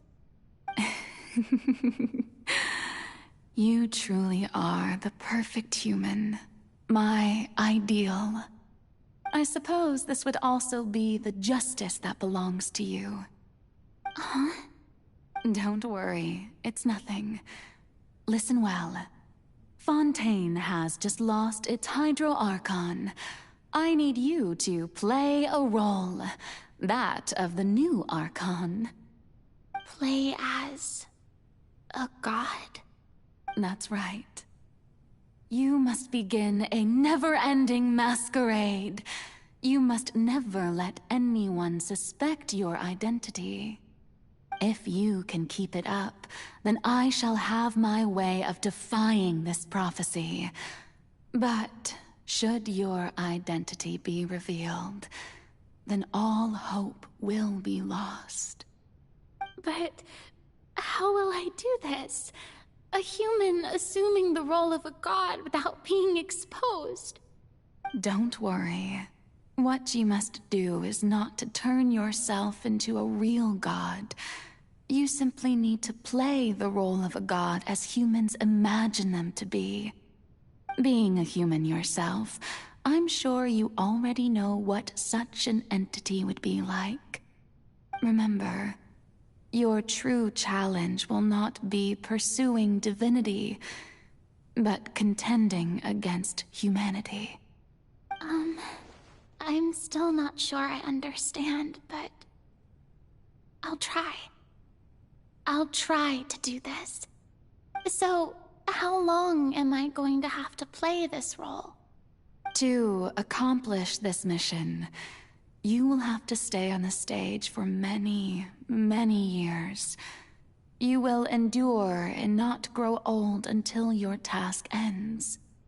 But I promise you, all will eventually end in a magnificent and dramatic trial, and everyone will be saved. A trial, huh? How exciting. I'll be looking forward to it.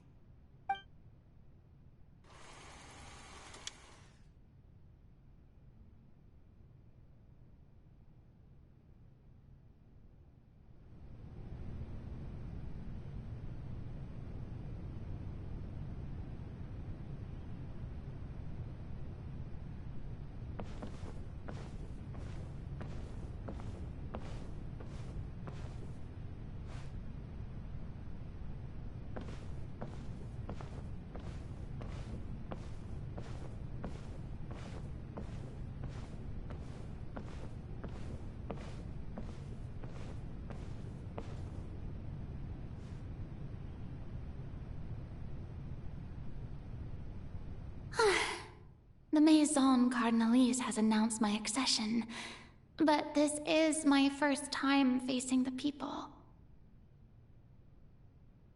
What should I say to most appear like a god? To be honest, I still don't know. Perhaps I should first try to act natural. Ladies and gentlemen, good evening, and welcome to the Opera Epiclese. I'm sure you've all heard about how I have taken on the role of Hydro Archon. Indeed, I am Farina de Fontaine, your new Archon.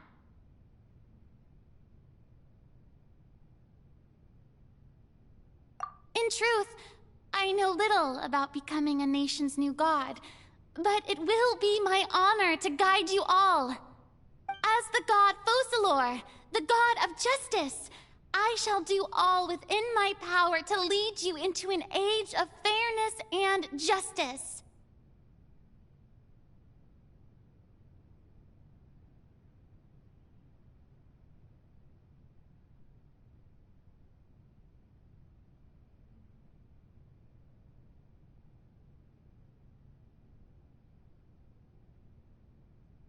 Once again, thank you all for coming. If you should have any questions or suggestions, please send them to the Maison Cardinalise. The future of Fontaine will require us to work together, after all. This should do it. I thought I might stammer, but thankfully, I was able to convey my thoughts just fine. Okay, and next. That's the new Hydro Archon. Is this some kind of joke by the Maison? I would have thought that a being that surpasses humanity would be a bit more assertive. Hey, did you hear that? She even told us to send her suggestions there at the end. Shouldn't gods be all-powerful? She's being so modest. What's the difference between her and an ordinary person, then? If you ask me, perhaps the succession didn't actually happen. She might just be a Maison-backed puppet. Wait, what's going on? Why is everyone suspecting me of being a fake? Oh, this is bad. If I get exposed here, there'll be no saving the people from the prophecy. Right. Myrmi said that I just need to play the role of a god as humans imagine them to be. Calm down, Farina. Think. What do the people want? How would they imagine a god to speak and act? Assertive, with a strong sense of presence.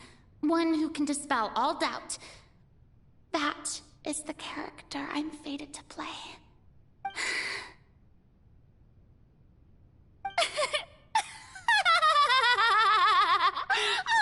Oh, very good, my people. Only ones such as you are deserving of my rule. Now, I was wondering if some weak puppet were to one day come onto the stage and claim ownership of this opera house, would the children of Fontaine follow them? Well, it seems that you would all see right through them. Having passed my test, you are qualified to witness wondrous trials alongside my august self, here in this opera house. You may consider my previous act a door gift of sorts. I thought it was a debut that suited the atmosphere. Now then, let us be reintroduced. Ah, so that was just a performance. How could I have forgotten that we were inside an opera house? Her personality. It's quite shocking, to be honest, but I suppose it's a better look than before. Such a fascinating and bold deity. How wonderful! Our future may yet be bright after all. It seems I've turned them around. Best follow this flow and restart my accession speech.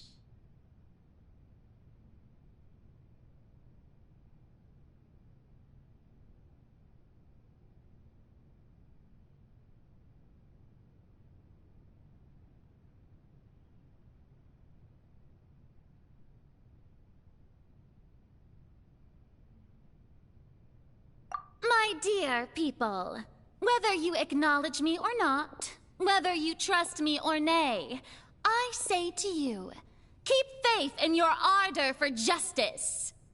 We have heard it said that this nation's sins can no longer be washed away.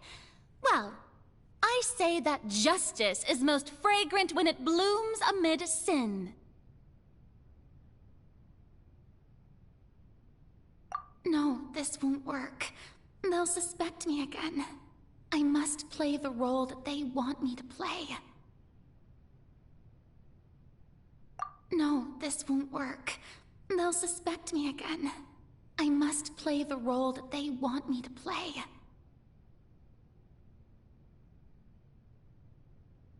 No, this won't work. They'll suspect me again. I must play the role that they want me to play.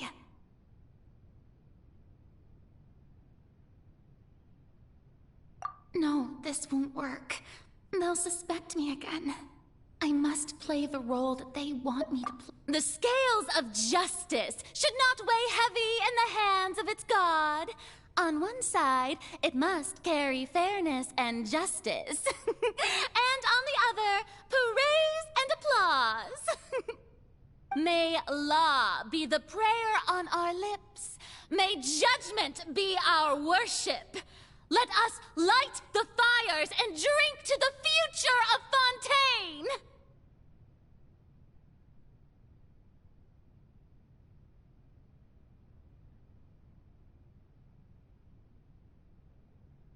No, this won't work.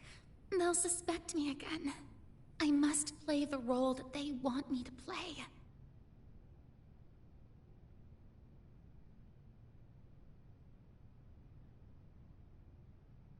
No, this won't work. They'll suspect me again. I must play the role that they want me to play.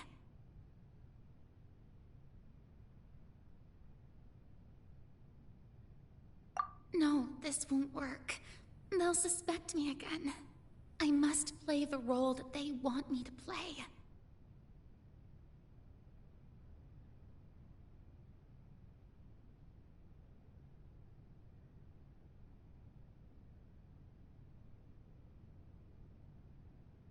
No, this won't work.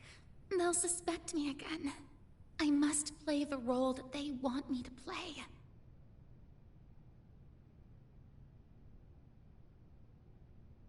No, this won't work. They'll suspect me again. I must play the role that they want me to play.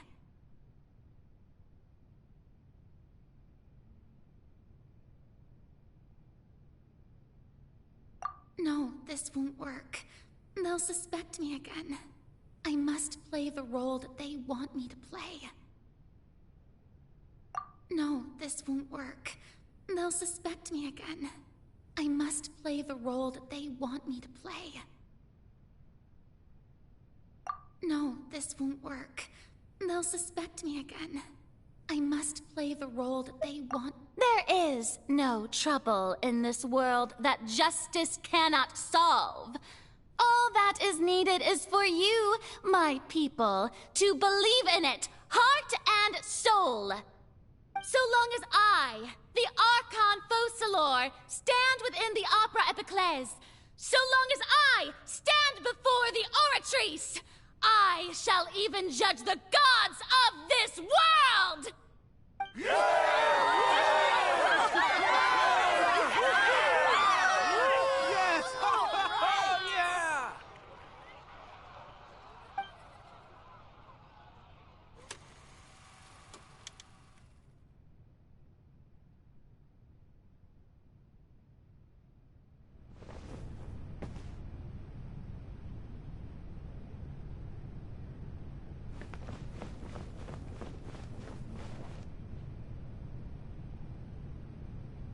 Lady Farina, here are today's case reports, as well as a summary of the follow-up for your perusal.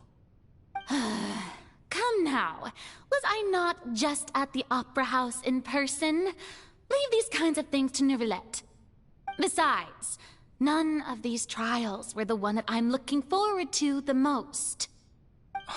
If I may be so impertinent, what kind of trial are you truly looking forward to? A magnificent, dramatic, and wondrous trial. A trial to end all things. How could you hope to understand? That's true. I fear I lack the ability to grasp your divine thought, Lady Archon.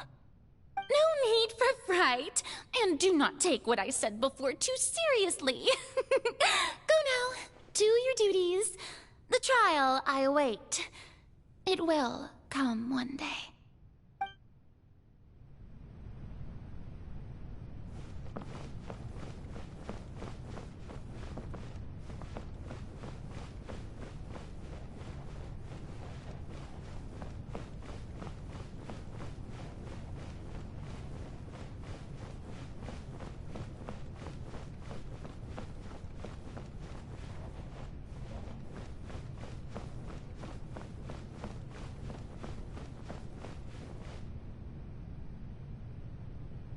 Lady Farina, I don't know what to say. Thank you for agreeing to see me. No need to thank me. Or rather, thank your own sense of perseverance instead. Long have you stood in line to meet me, have you not? Oh, I'm afraid that's just an inevitable consequence of my divine charm. All right. Deoteria, is it? How is your son's illness? You remembered me, and you knew of my family, too. He is doing much better now. In fact, he is far more of an ardent believer than I. He was the one who forced me to seek an audience with you, and to bring your words back to him. Oh, good. Very good. If this should happen again in the future, please do not hesitate to come and tell me. Going down to citizens' homes every so often, while not usual practice, should serve as a fine change of pace. Ah, you're such a gentle and wise god. Thank you once again, on behalf of my son.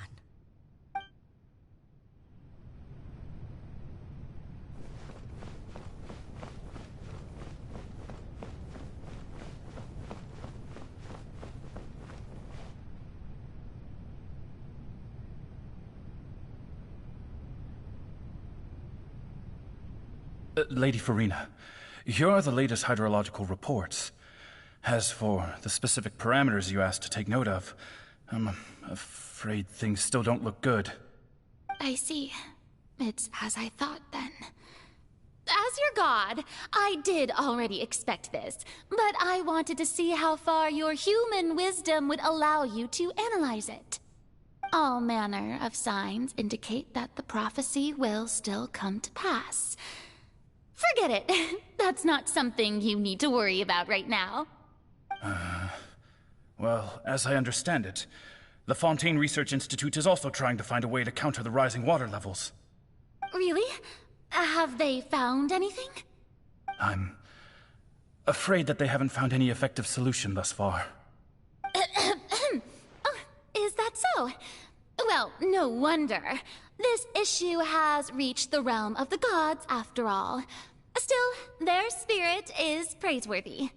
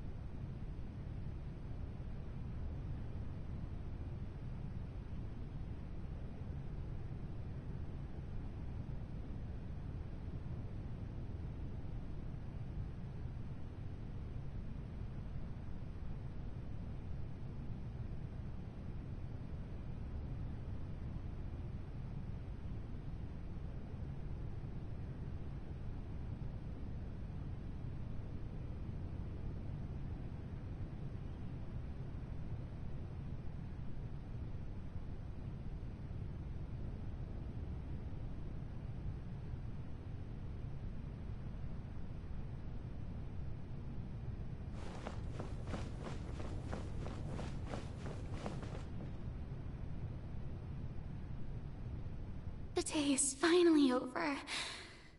I haven't had a moment to breathe this whole time. But it's good to see that everything's getting on track. There are no longer any voices of suspicion. Maybe this is fine. I just need to keep going, and everyone will be saved.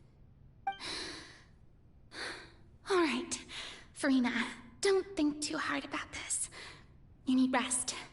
Tomorrow's a new day.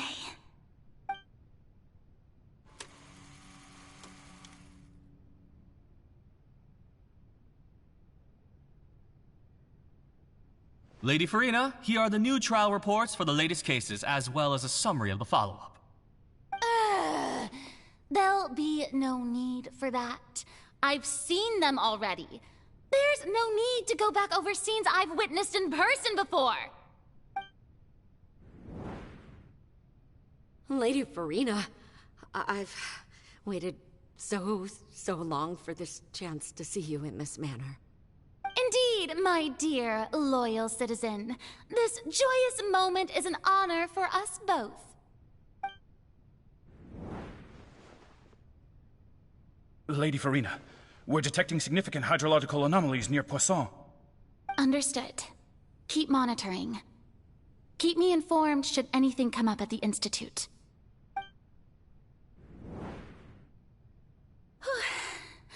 I don't think I let anything slip today.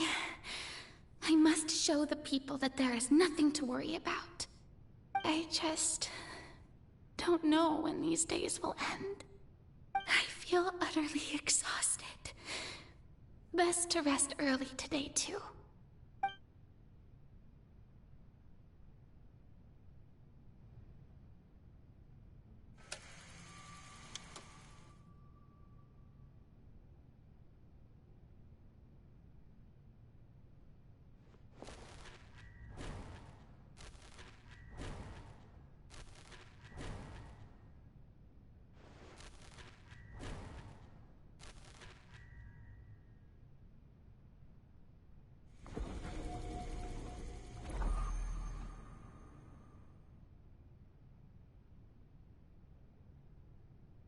Lady Farina, it's like a dream being able to speak with you up close like this. I've heard that the first member of our family who was honored to receive an audience with you was Madame Deoteria, almost 20 generations ago. And what a fine family yours is indeed. It brings me great joy to meet such a faithful believer. A descendant of a line most ardent. Surely you exaggerate, Lady Farina. My lady? What is it, good citizen? Oh, are you crying? Oh, really now? I didn't even notice. This must be the overflow of hydro from my person. Well, can't quite help being the god whose dominion is the waters, can I? No wonder. No wonder. A manifestation of your power, then. Oh, Archon, I am honored to have witnessed it. Honored indeed.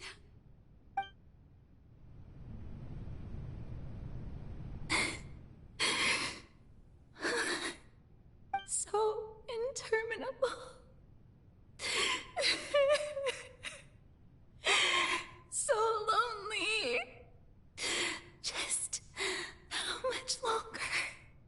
Hundreds of years must have passed by now. Perhaps the show must go on for hundreds more. I never imagined that it would hurt so much. Have I reached my limit? No. Perhaps I reached it long ago. Today I didn't even notice my own tears. I want to tell someone, anyone, about this. But would that not destroy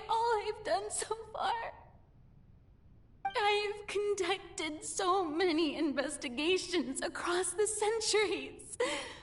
But there's not even a sliver of hope that we might break the prophecy. All I can do is keep heart. I must maintain this act. It is the only way to save Fontaine. Please, mirror me. You have to succeed.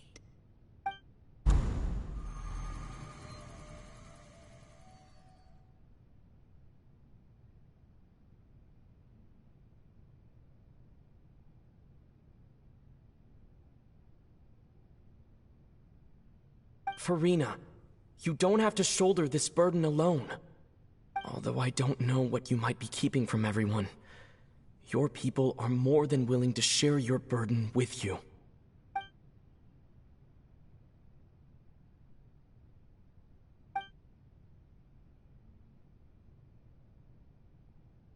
Share my burden. That's impossible. It was fated right from the start that this would be my duty alone.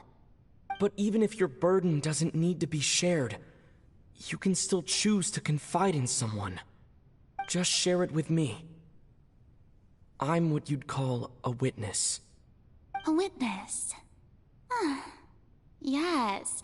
I've heard that you came to Tevat from beyond the stars, yes. In other words, you never belonged here. And if Tevat is, in its entirety, a show on a stage, then you're just a spectator, aren't you? If that's the case... He's right. I could confide in him, couldn't I? But if things don't play out as expected, the people of Fontaine will be the ones to pay the price. No, Farina. You shouldn't be selfish. But what if it's really all right? Farina, you've worked so hard for so long. Surely it would be okay to put yourself first for once. Just this once. Is it such an outrageous thing to do anyway? To find someone in whom you can confide your frustrations and sorrows? Surely it could not hurt. If you let this opportunity slip through your fingers, it might never come by again. Think about it long and hard.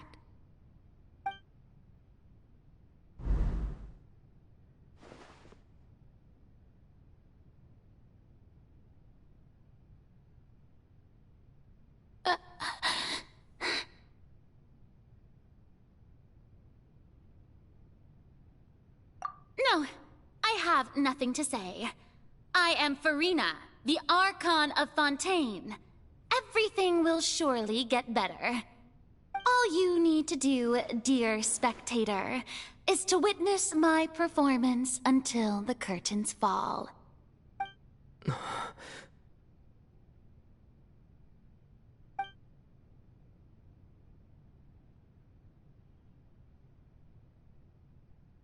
Fine.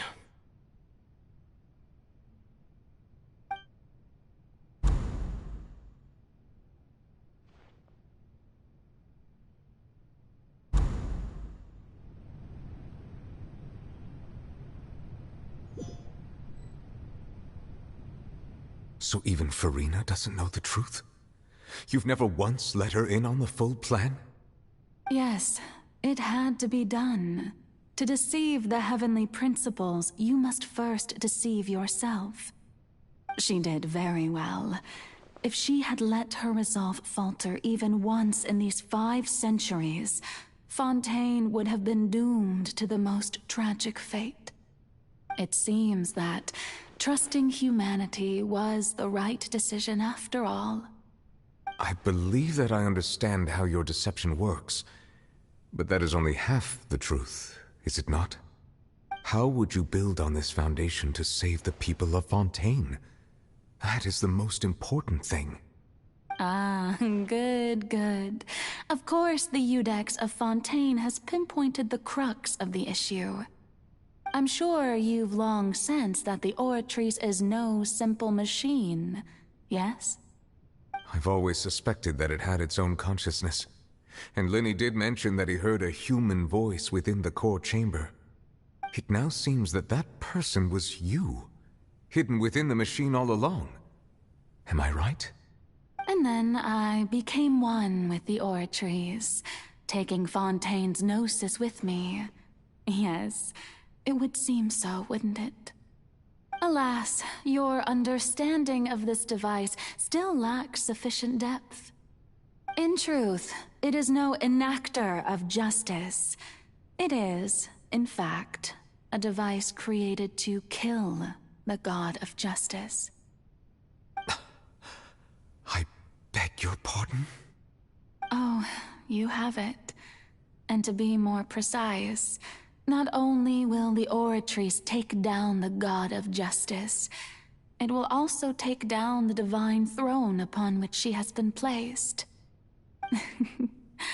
I mean, did you think I would be the sort to enjoy peaceful repose while Farina suffered? My work over these last 500 years has been to constantly accumulate indemnitium within the Oratrice. But really, some have already discovered that only a small fraction of the energy generated by the device was ever used to provide power to Fontaine. The vast majority had to be, accumulated to enact this death sentence. It was all a part of your plan, then? Both the trial and the sentence? Indeed. This power, accrued over 5 centuries, could have sustained Fontainians for millennia, had it only been used for that purpose. Almost all of it has now been stored within the Oratrice. But only power of this magnitude could hope to destroy the Hydro Archon's divine throne, shaking the rules established by Celestia, and breaking through the institution that is the Seven. So the Oratrice's call for death was for neither Farina nor Focalor, but for the Hydro Archon. The destruction of that divine throne. If I do not misunderstand your intent, you must be... returning what's rightfully yours to you, of course. In other words, this was all done to return the authority of the Hydro Archon to the Hydro Dragon of this planet. But...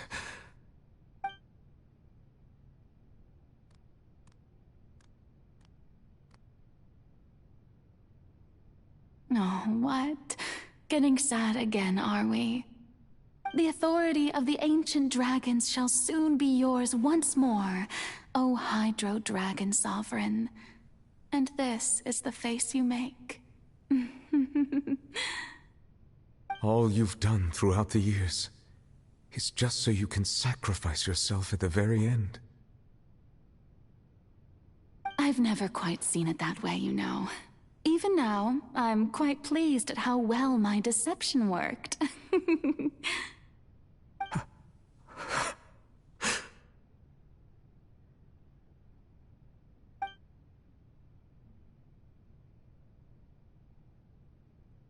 Hydro Dragon, don't cry. I must say, had it been within my rights, I would have loved to judge the heavenly principles themselves. Were they not guilty of essentially the same crime?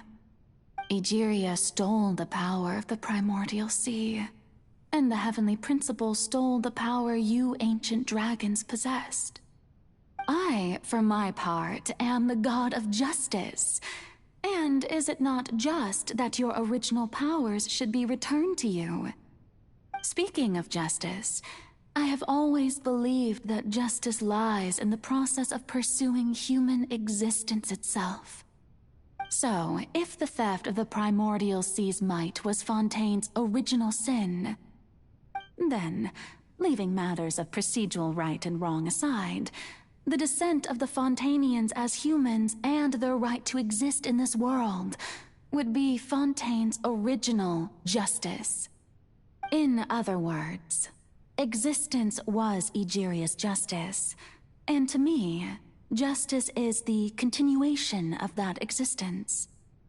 Defying the prophecy and ensuring that Fontaine's people shall live on, that should be the justice enthroned over all others.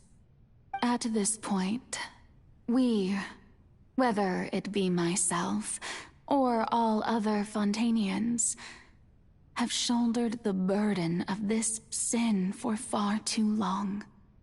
Iudex Neuvillette, the highest judge in our land, when you regain your full power as an elemental sovereign, what verdict shall you pass upon us?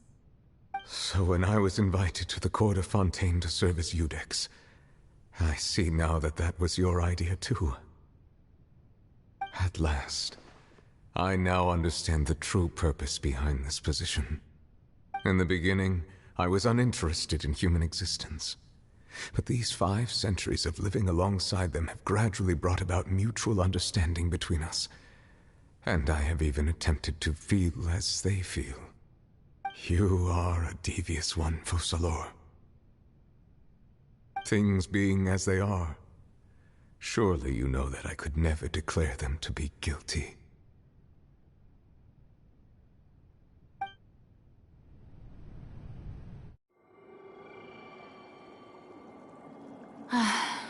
The hour of my execution is almost here. For the sinner, the curtain call has come. I know I may not sound it, but faced with death, I find myself a little afraid. Perhaps this is one thing both gods and humans have in common.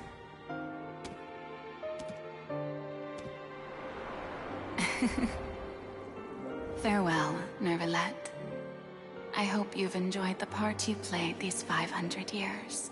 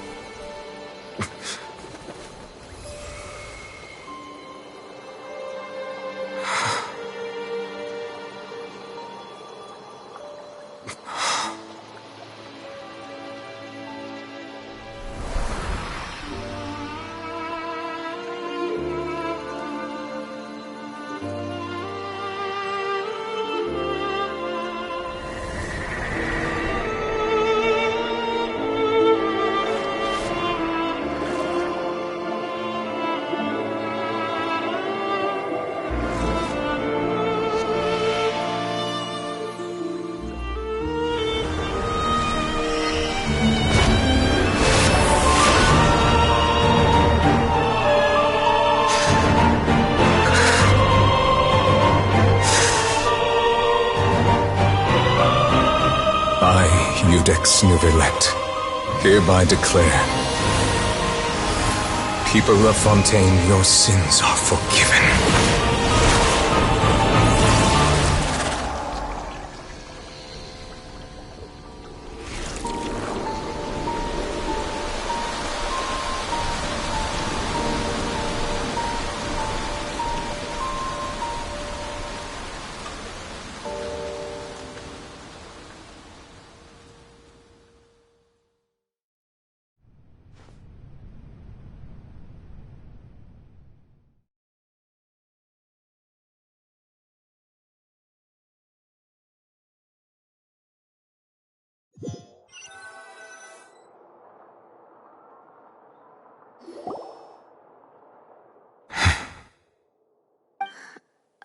What just happened?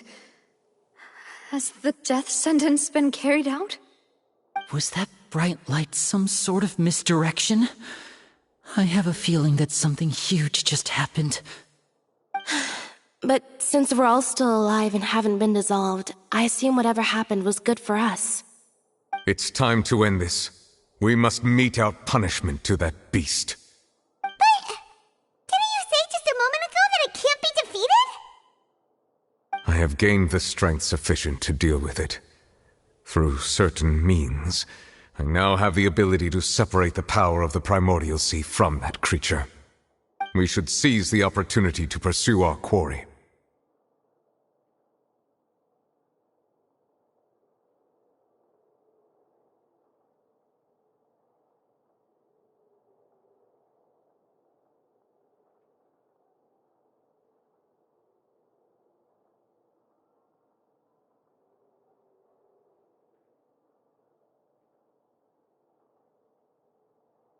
Traveler, now that the oratories can no longer function, I require an executor to help me mete out justice.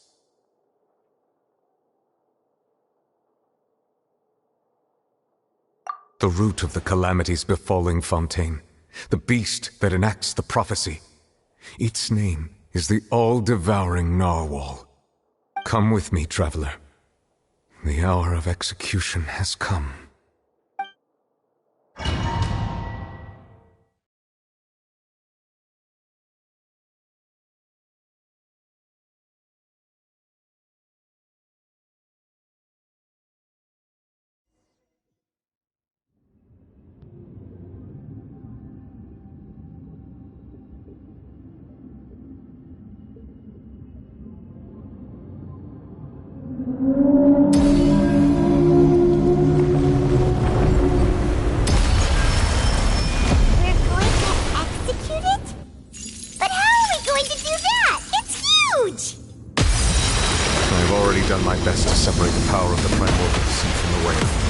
Considering the size of the beast, I cannot reach the power source.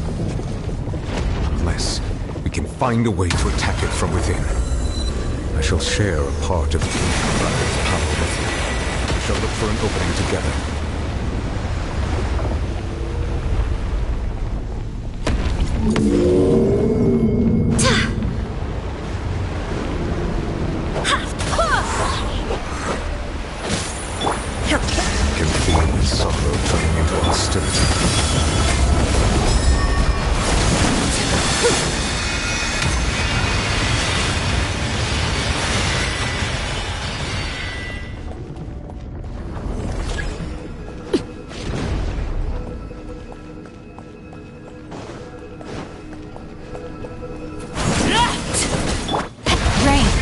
Guard down. The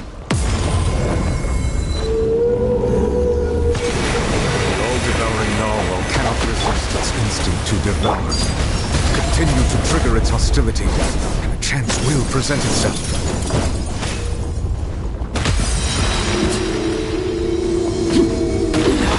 Go on. Witness my rise. Laid bare.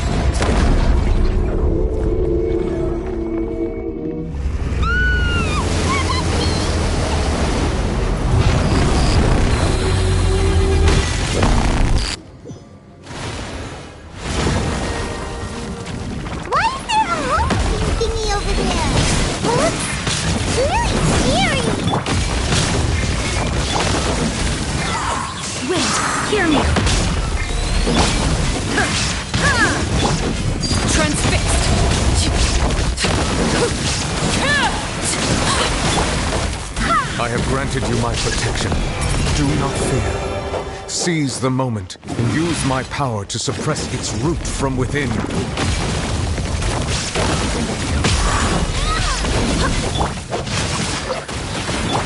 There is no escape.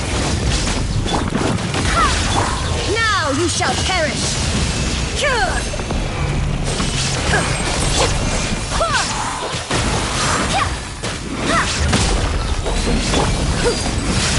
This is where you fall. Overruled. Let me leave you. Illusion shattered.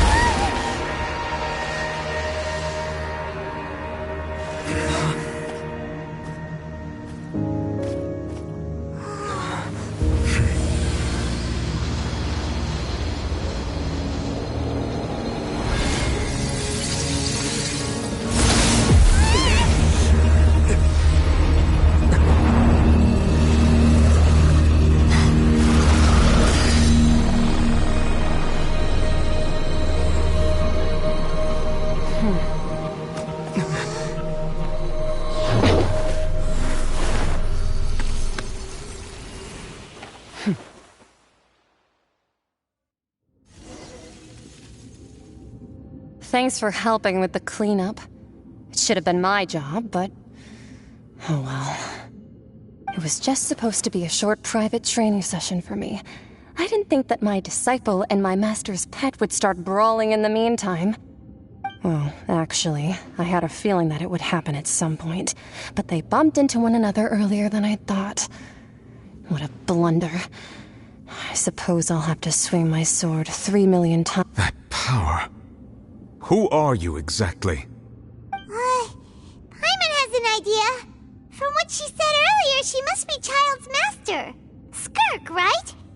It's just that he gave us the impression that she was the less talkative person. I simply did not have anything to say to the weak. But you, on the other hand, managed to defeat the all-devouring narwhal without using power from beyond this world. So you may speak to me as equals.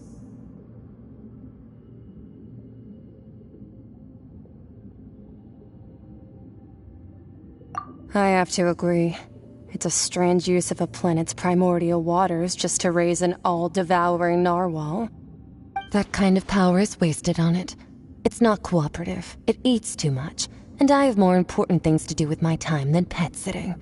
The only thing that creature has going for it is its looks. All in all, it fails as a pet. Miss Skirk? I think you might have missed the point. The point being? Well, being that this pet almost destroyed an entire nation. So what sort of person is your master? Well, Child's master's master. Wait, is that right? Oh, right. So you don't know him. Sorry, I assumed you did. His name is Sertologi.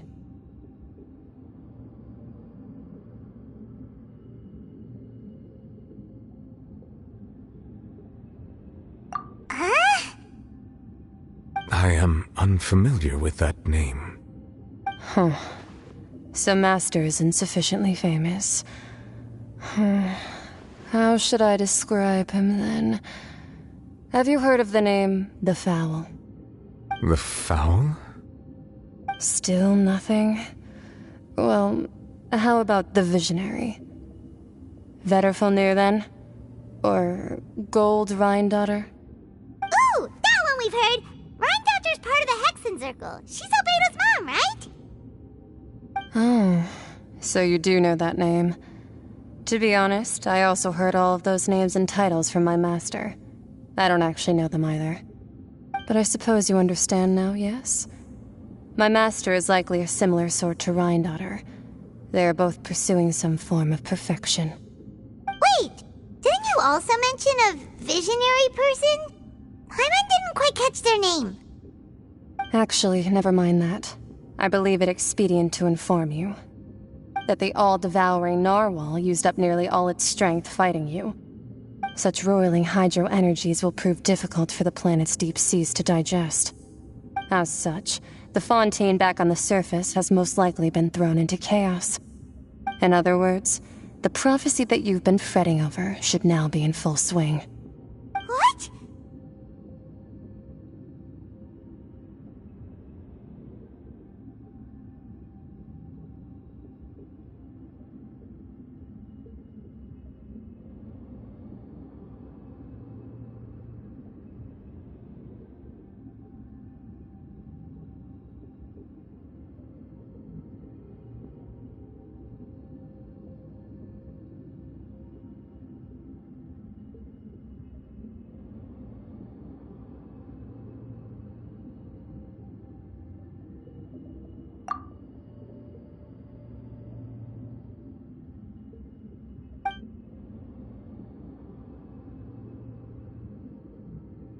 Not to worry. Focalor has already managed to deceive the heavenly principles.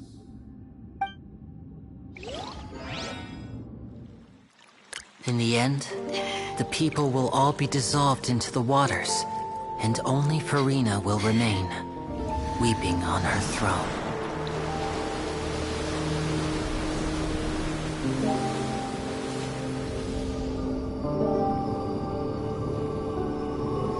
Only then will the sins of the people of Fontaine be washed away.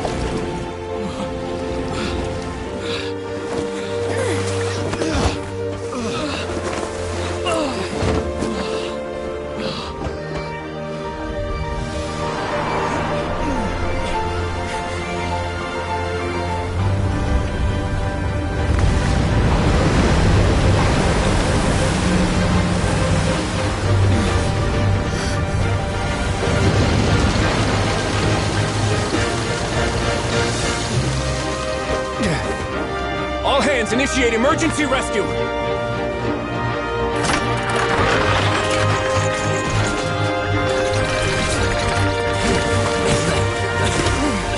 Hurry!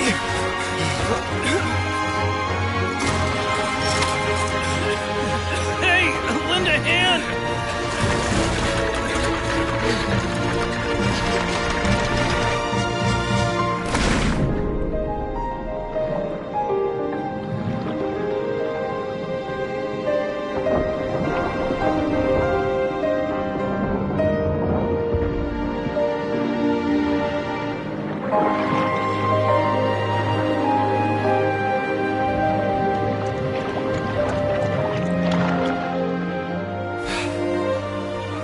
Look! The water's receding!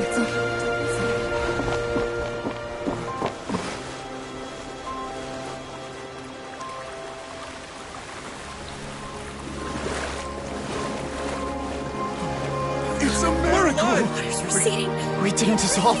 The prophecy was wrong. The prophecy was wrong.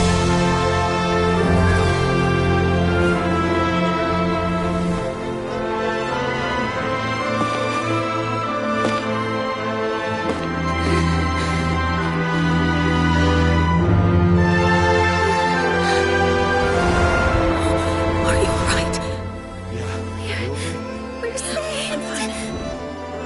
The prophecy was wrong.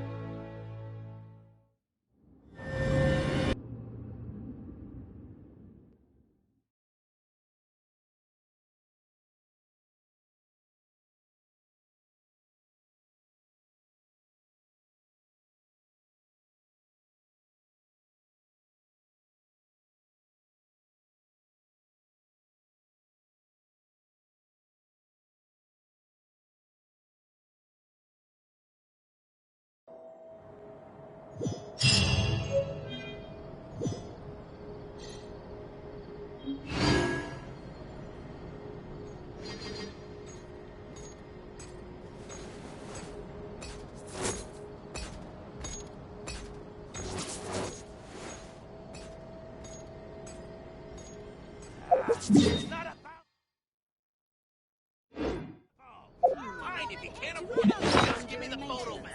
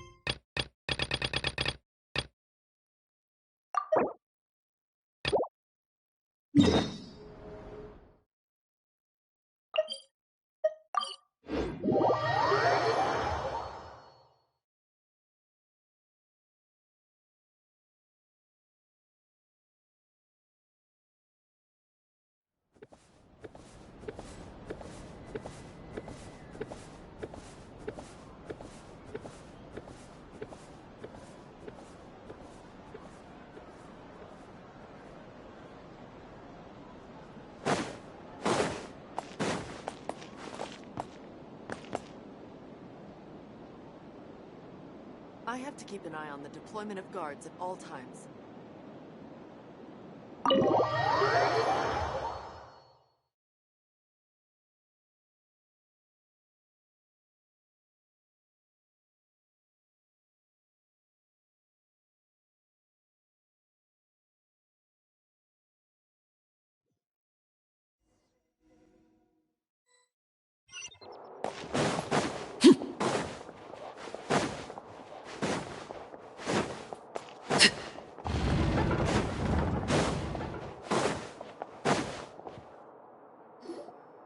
Wait, did I hear that right?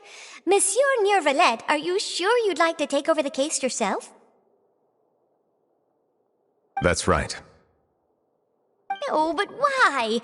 Technically speaking, cases like this are better left to the guards. Neurvalet! Sidine! Hey there! What are you two talking about? Traveler and Paimon, please help me talk our Chief Justice out of this. He wants to investigate a case on his own. Now, this is completely unprecedented. How can we have the Udex acting like a private detective?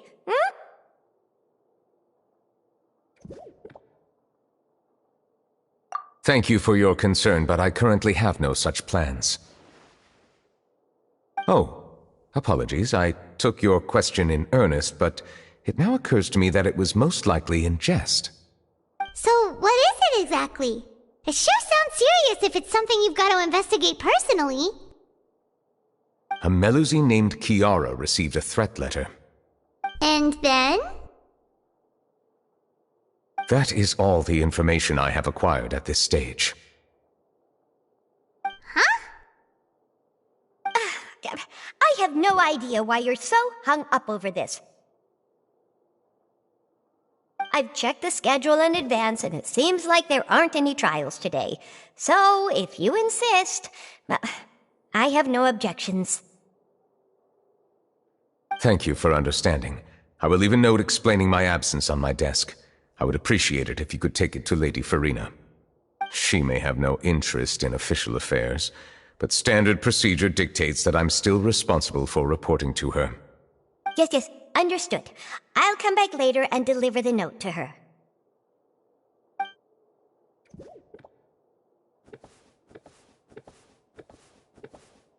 Judging from Sidine's reaction, it must be pretty rare for you to investigate stuff personally. What's so special about this case? I cannot tell you just yet, but it reminded me of certain past events. There could be complicated conflicts of interest behind all this, so I must eliminate all risks in advance.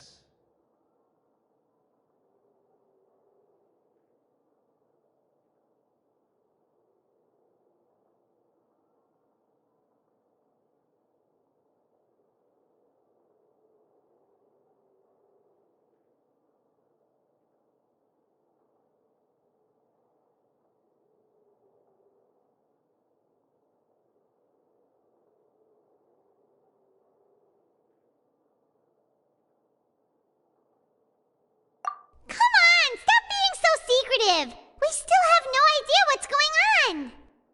It is not my intention to keep you in the dark, but I need some time to revisit those memories and collect my thoughts.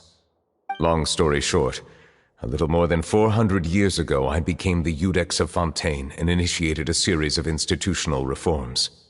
There were few people I could trust, but I had two subordinates who were exceptionally trustworthy and capable. Carol, a Melusine, and Vautrin, leader of the Special Security and Surveillance Patrol. They must have been amazing people to receive such high praise from you! Indeed. Unfortunately, I wasn't able to protect them. The reforms damaged the interests of some, and the more conservative faction took advantage of Carol's identity to instigate political unrest. Ultimately, they wanted me to yield more of my power. The incident resulted in Carol taking her own life, and Vautrin being exiled. From then on, I've been especially careful when dealing with cases related to Melusines.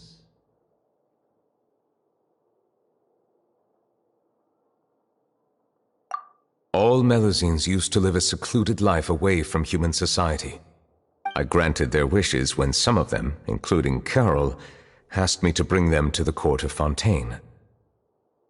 Many common folk believe that I share a special bond with the Melusines, and whatever they do can be traced back to me. Some of them, especially those who hold a grudge against me, exploit that belief and stir up conflict over Melusines in an attempt to lay the blame on me. I have nothing against the opinions of others, but the moment a whirlpool of conspiracy forms, it inevitably affects the innocent. It has already happened once, and I want to make sure it does not happen again. Even so, why do you have to be the one investigating? There's the guards, the Maréchaussée Phantom, and the Special Security and Surveillance Patrol. Aren't they more than enough to figure out what's going on? Based on prior experience, there is a high chance that those who hold hostility towards me do not belong to the same department. The political system of Fontaine is relatively complex and involves the interests of multiple different factions. However, since I am technically an outsider in Fontaine, a lot of trouble could be avoided if I personally took on the case. Outsider? But aren't you the Chief Justice of Fontaine? Why would you be an outsider? I understand where you are coming from, but there is not necessarily a connection between my responsibilities and how I perceive myself. You know very well about my true identity, and have even met others of my kind in other nations.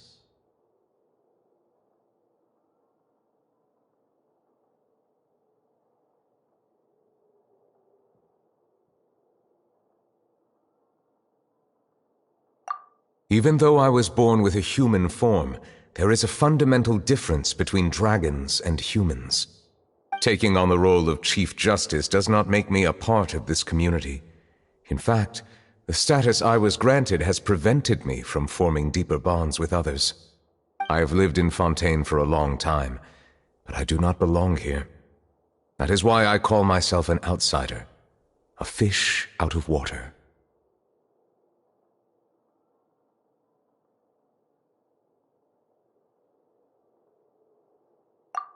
Yeah, we have nothing to do with all those organizations anyway. So how about we come with you on your investigation? Let's team up and round up all the bad guys lurking in the dark. That does not sound like a bad idea. I rarely investigate cases on my own, but with professionals like you around, I'm sure it will go a lot smoother. Oh, Paimon's starting to get a little embarrassed. Just leave it to us. I will write my note of absence right away. Let us depart together once I'm done.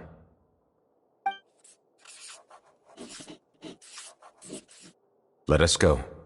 We should visit Kiara first and try to gain a better understanding of the situation.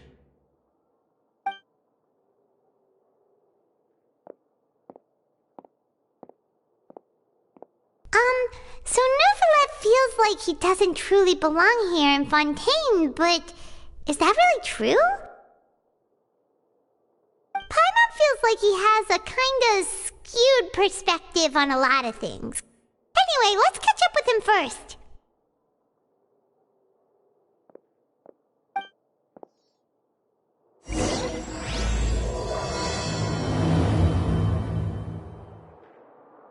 Paimon's been thinking. You called yourself a fish out of water, right? But since you're the Hydro Dragon, would a dragon out of water suit you better? Thank you for your suggestion. I will consider using the more accurate term in private occasions. Please allow me to rephrase. Has a dragon out of water? Ugh. That sounds kind of weird. Let's stick with the previous version instead.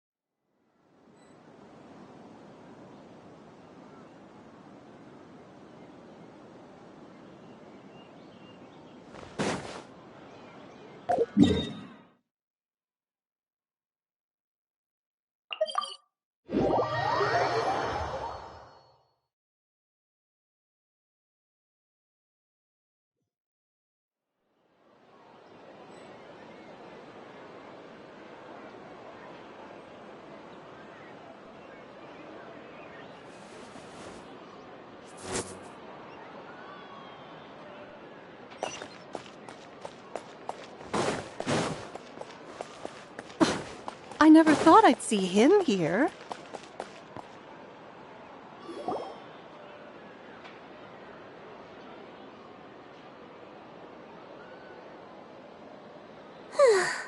The weather's amazing today.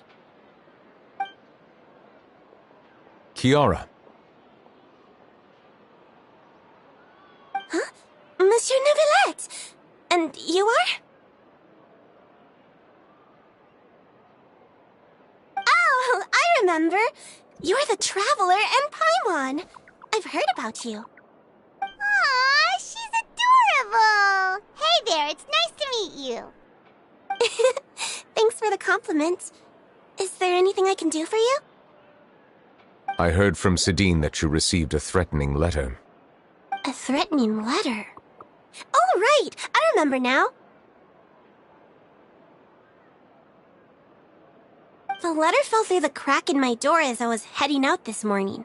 It said something about catching me, so I thought someone wanted to play hide and seek. But Sidine told me it was a threatening letter, and that I could be in danger. But that's not gonna happen with everyone looking after me, right? Have you run into any suspicious-looking people recently? Suspicious-looking people? What counts as suspicious?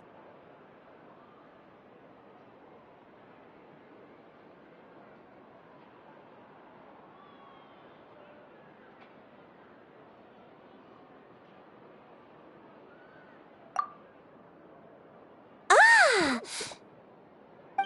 Did you think of something? Nope. I don't remember meeting anyone like that. Do you still have the letter with you? I want you to show me what it says. Oh, let's see. Found it!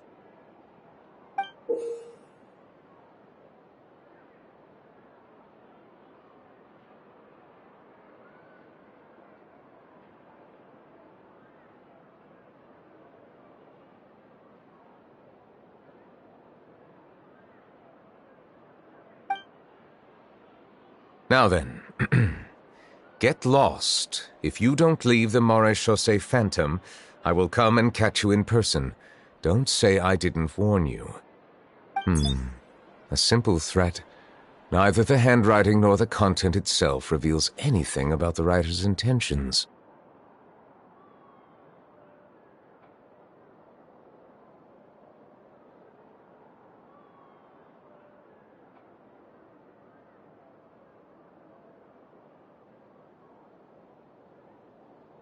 We can't rule out that possibility. Since you can't think of anyone suspicious, I will be heading back to the Palais Mermonia to review some official documents. Kiara, you should come with us. It's safer if you stay close by. Sure! Wait, no. I still have a case to work on. I promised Alof that I'd check on her place later. But you are being watched right now. Going off on your own could be dangerous. And that's where we come in to help. We'll stay with Kiara and make sure she's safe. With us around, anyone scheming to hurt Kiara can forget about it! Thank you, Traveler. Big Sis Paimon.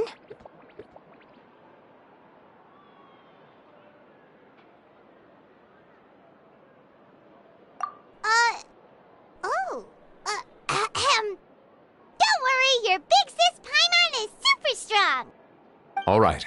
Let us go our separate ways for now. Please take care of Kiara. We'll take her to a lost place right away! See you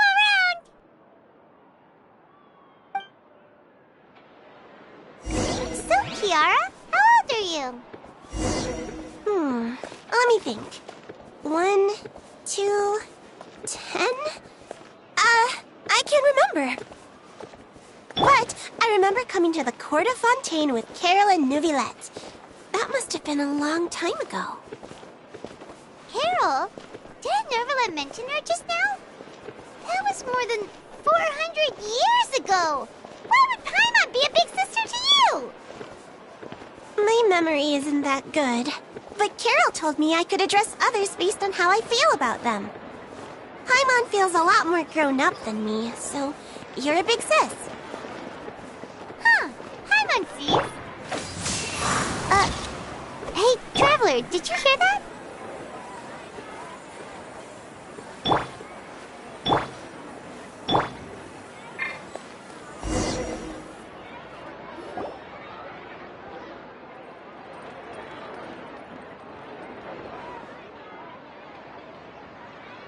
Strange.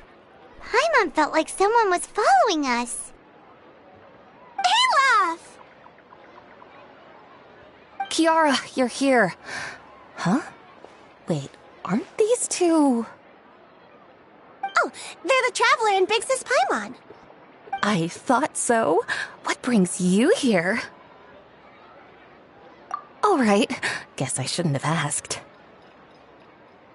May I begin inspecting the store as planned? Of course. Go ahead.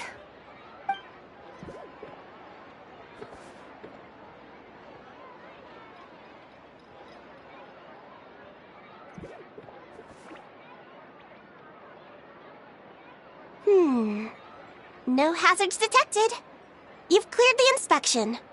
Seems like the criminal from that case last month never set foot in here at all. That was quick. What were you inspecting? I took a look around the shop. Neuvillette says that us Melazines have special eyes that can see things people can't. Things like bloodstains. No matter how hard you try to clean them up, we Melazines can see their residual stains for some time. Pretty cool, huh? All right. Now that you're done inspecting, can we have a chat? Hear me out.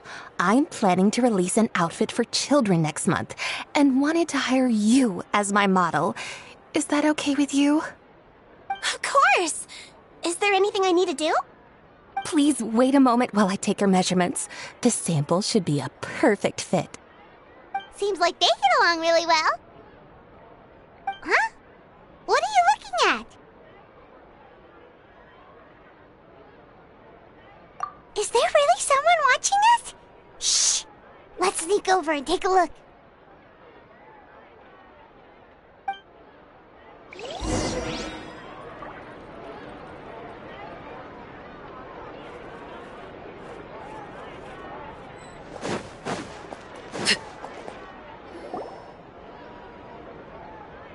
Strange. Why isn't he back yet? Gotcha!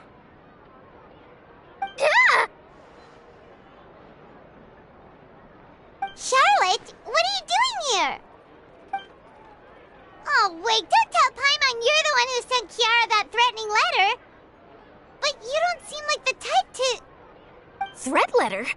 What threat letter? This is starting to feel like an interrogation. Okay, I'll be straight with you. I don't know the slightest thing about that threat letter you mentioned. I only wanted to follow Monsieur Neuvillette and request an interview with him. You want to interview him? That's right. I'm not the only one, you know. Interviewing him is every journalist's dream. But it's not an easy task to accomplish. The Palais Mermonia rarely accepts appointment requests from us, and we never have the chance to interrupt when the court's in session. So imagine how surprised I was seeing him out on the streets today. It seemed like you were investigating something too. The perfect opportunity to whip up an exclusive, don't you think? Of course, I'll make sure to turn in my manuscript to him for review. I have my principles, and I'd never publish an article without the consent of all parties involved.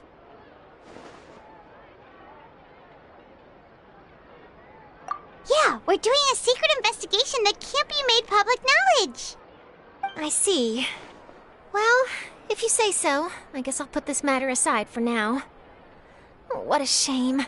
Chances like this don't come by very often, you know. In exchange, could you tell me what the threat letter is about? I swear I won't tell. All right, then.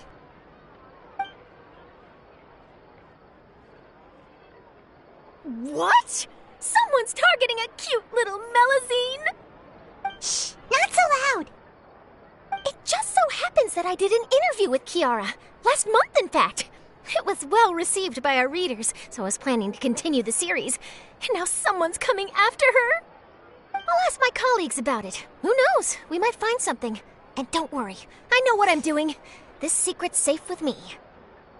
But I gotta warn you, even if I keep my lips sealed, others will know eventually. Why? People care a great deal about Monsieur Neuvrelet's each and every move. Some may have already realized that something was up.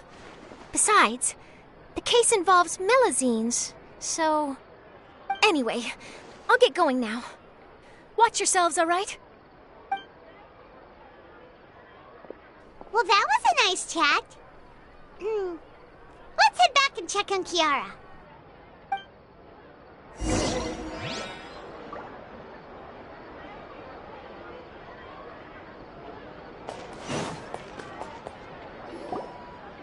What do you think? The design looks pretty good, huh? I think it's great! Huh. It's very pretty indeed. Harand! What are you doing here? It seems that you just showed up out of nowhere. As I passed by the Palais Mermonia, I heard that Neuvrelet was investigating a case with you. Technically speaking, he and I are under an employer-employee relationship. It didn't feel right to have my employer personally take on such trivial cases. I happened to have some time at the moment, and came to take a look. I sometimes have my clothes custom-made at this boutique, in any case, so we always have a lot to talk about. Ah, Neuvrelet sure is lucky to have someone like you. Leave this to me. You should go meet up with Neuvrelet. Okay then, we'll leave Kiara in your hands.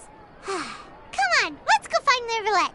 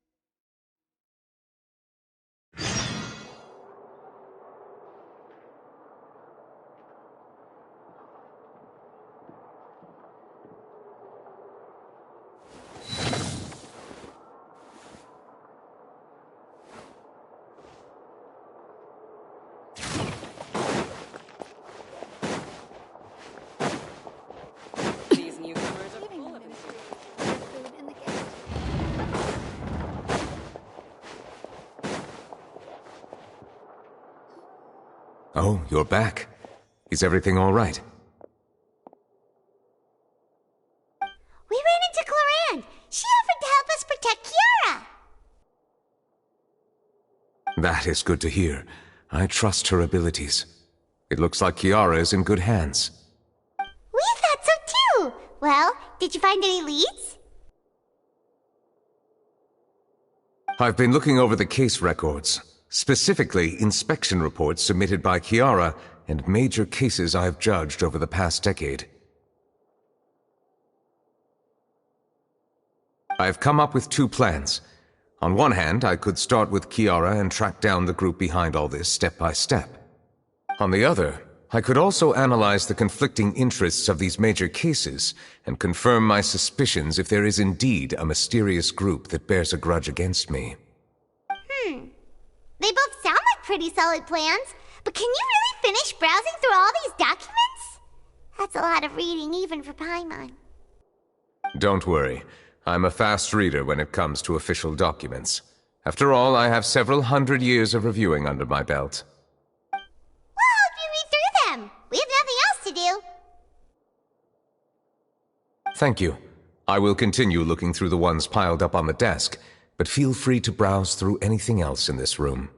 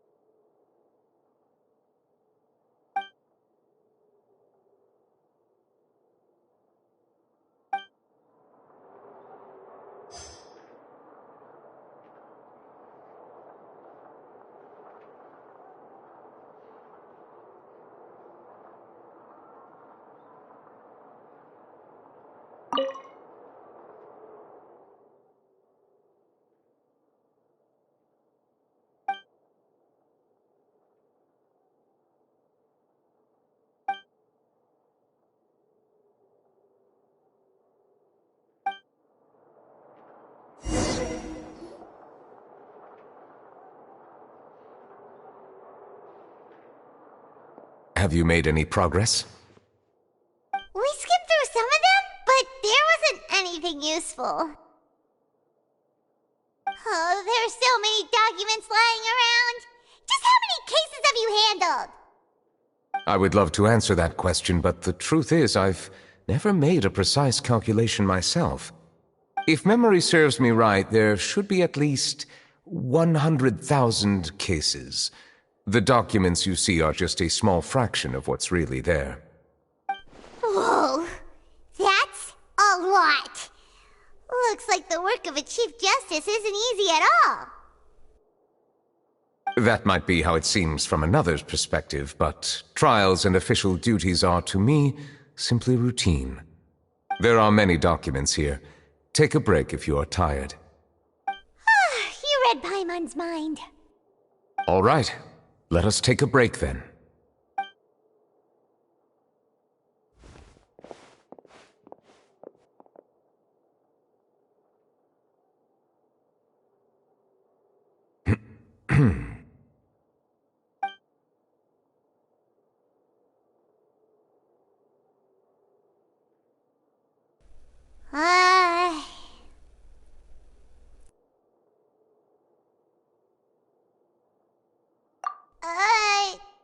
Even though resting is a part of taking a break, shouldn't we at least talk about something?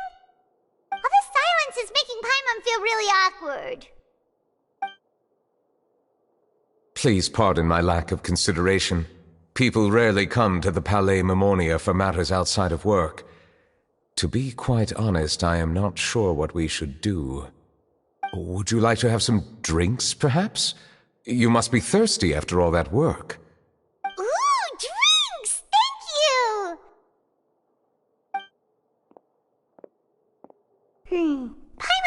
wonders what Novelette likes to drink. Oh, maybe he's a fan of really fancy wines. He seems like the type of person who'd own an entire winery. You know, like D-Luke.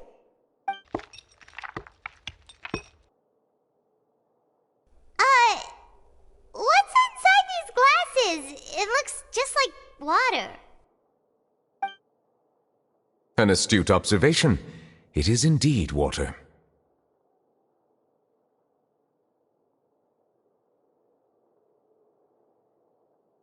So it's just plain old water? What did you think it was? Since you're the Chief Justice and all, Paimon thought you'd prefer something more sophisticated. This water is indeed very special. It would not be an overstatement to call it sophisticated. Huh? I believe you've already tried Fonta. In fact, there are many other drink factories in Fontaine, including those that specialize in packaging pure drinking water. Said water is sourced from all across Tevat, including Mondstadt's Cider Lake, Liyue's Chintsa village, and Inazuma's Konda village. Here is one of their latest products, water from Sumeru's Apam Woods.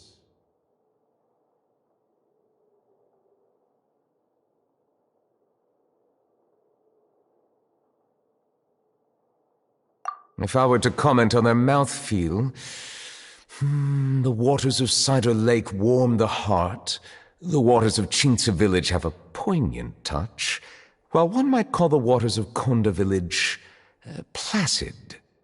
Distinct differences exist between the waters of each area. You will appreciate their intricacies once you taste them carefully. Really? Let Paimon try!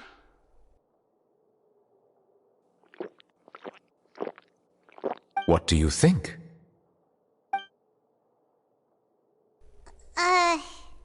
Nope. Paimon couldn't taste any difference at all. Isn't this just normal water? How regrettable. It seems like you still have a long way to go in refining your tastes. Hey, this doesn't have to do with refining our taste. Paimon's pretty sure most ordinary people can't tell the difference. How did you do it anyway? Oh, could it be because you're the Hydro Dragon?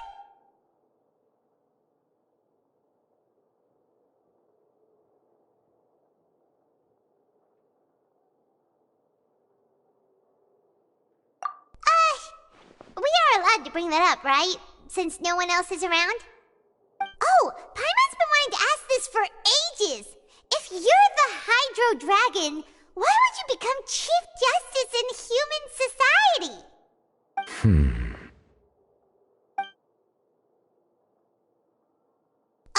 Sorry. Paimon was just curious. You don't have to answer. There's nothing to hide. I was simply organizing my thoughts. I accepted this position because I wanted to seek out answers to questions that have perplexed me. Questions?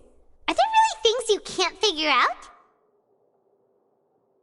Many, in fact. But the one question that puzzles me the most concerns my own existence. In essence, I neither know why I was born in this form, nor do I understand where my long life should take me. I lost many memories from the moment I was born. The primordial sea, for example. I can only vaguely recall its connection to me, but I am unaware of what that connection is exactly. Perhaps the elemental dragons of other nations may have some form of an answer. However, they are scattered across all of Tevat. Abruptly visiting could very well pose an unpredictable risk. True. Some of them have very unique personalities, too. I have been holding on to these unanswered questions for a long time. But there is one thing I've discovered along the way. My emotions easily resonate with those of others. Even I don't have the slightest idea what they mean. My guess would be that there are at least some similarities between humans and myself.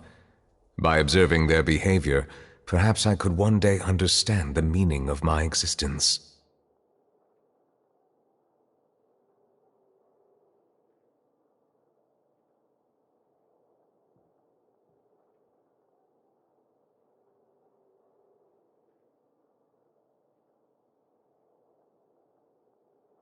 Have you made any progress then? Perhaps, but I find such progress difficult to describe.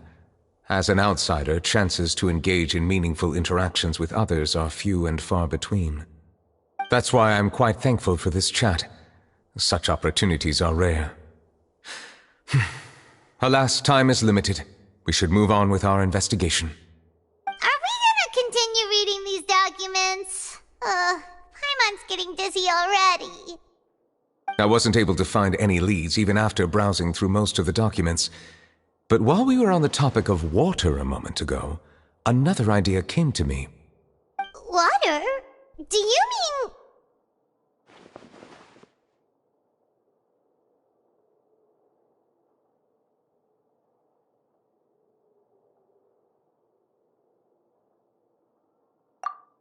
That's right. The Fountain of Lucine is where all of Fontaine's waters converge. It is the vessel of countless memories and emotions. If there really were an organization attempting to use Melusines against me, they should also hold an intense resentment towards me. Perhaps we'll be able to find some new leads by sensing the hydro element within the fountain. Huh. Why didn't Paimon think of that? Come on, let's go take a look! Perhaps we should go. There shouldn't be too many people near the Fountain of Lucine during the evening.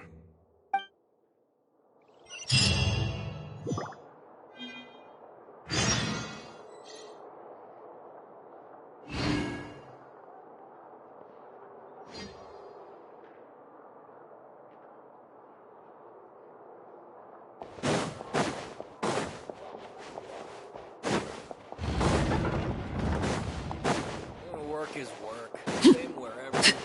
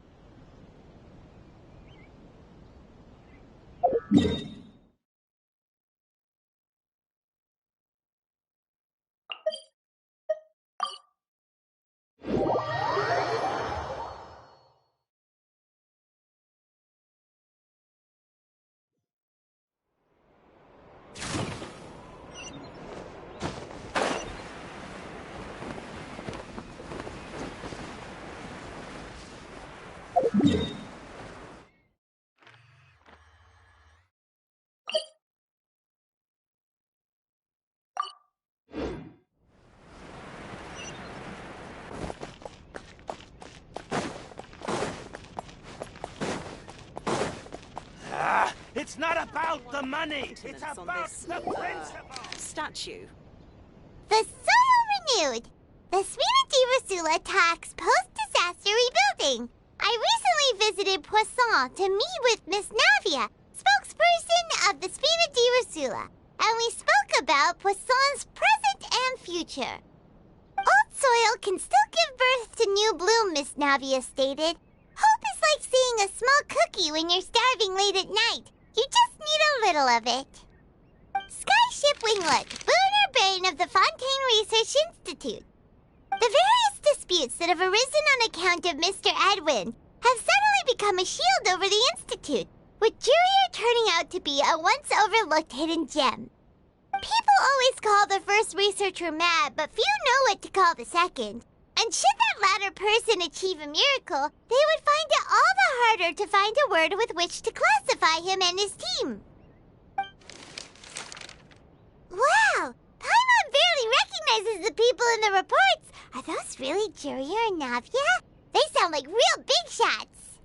What do you think? Pretty enthralling, huh? The Steambird's idea was pretty simple. With the disaster just having passed, we would print a free edition packed to the margins with good news to calm people down. The value for these big scoops lies in their inevitable follow-ups. We'll publish further reports and go into the stories behind those people. Edwin's assistant, Jurier, created a true flying ship, while Navia is leading people in the reconstruction of their home. I'm sure that these stories... Paimon's curious too! Wait a minute. Didn't we watch everything happen from start to finish? What's there to be curious about? And that's exactly why I'd like you to come conduct interviews with me. You're the best incubators of news, if you haven't noticed. And also, with you around, I'm sure I'll get to see that Duke. Are you sure? Hasn't he turned you down several times already? Oh, this time will be different. Come on, let's head to Poisson first, and then make a trip to the fortress. There are some things you'll only know when you get there.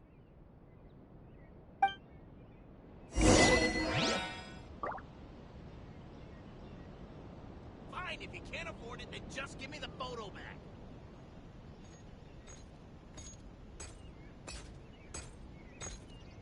Something you wish to report? Go on. You have my undivided attention. It's not about the money. It's about the principle.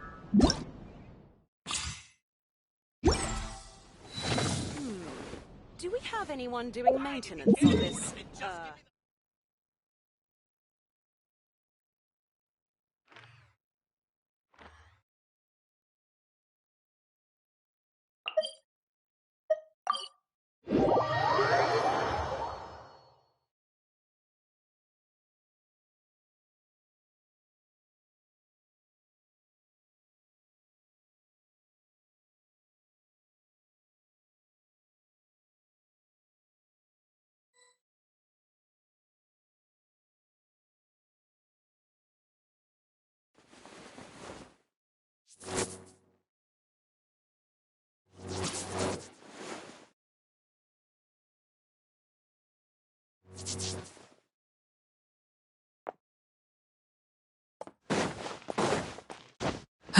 Monsieur Neuvillette?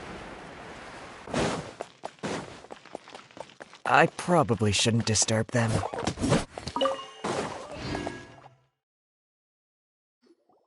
Looks like we got lucky today. There's hardly anyone around.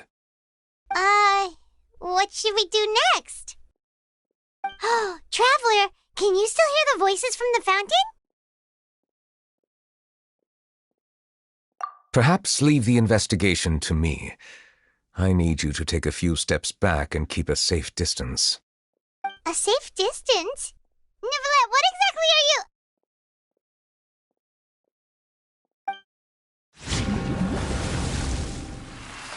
Whoa, it's glowing!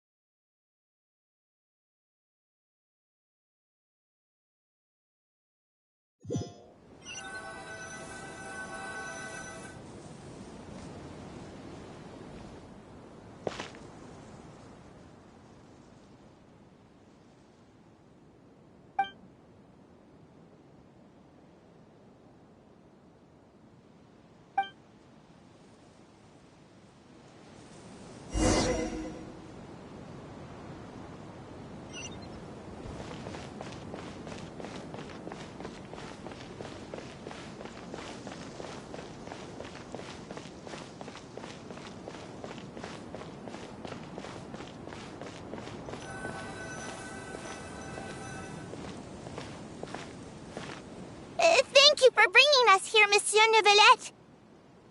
The Cour de Fontaine is truly incredible. There's so many things I've never seen or heard before. I understand your excitement, but there's no need to thank me.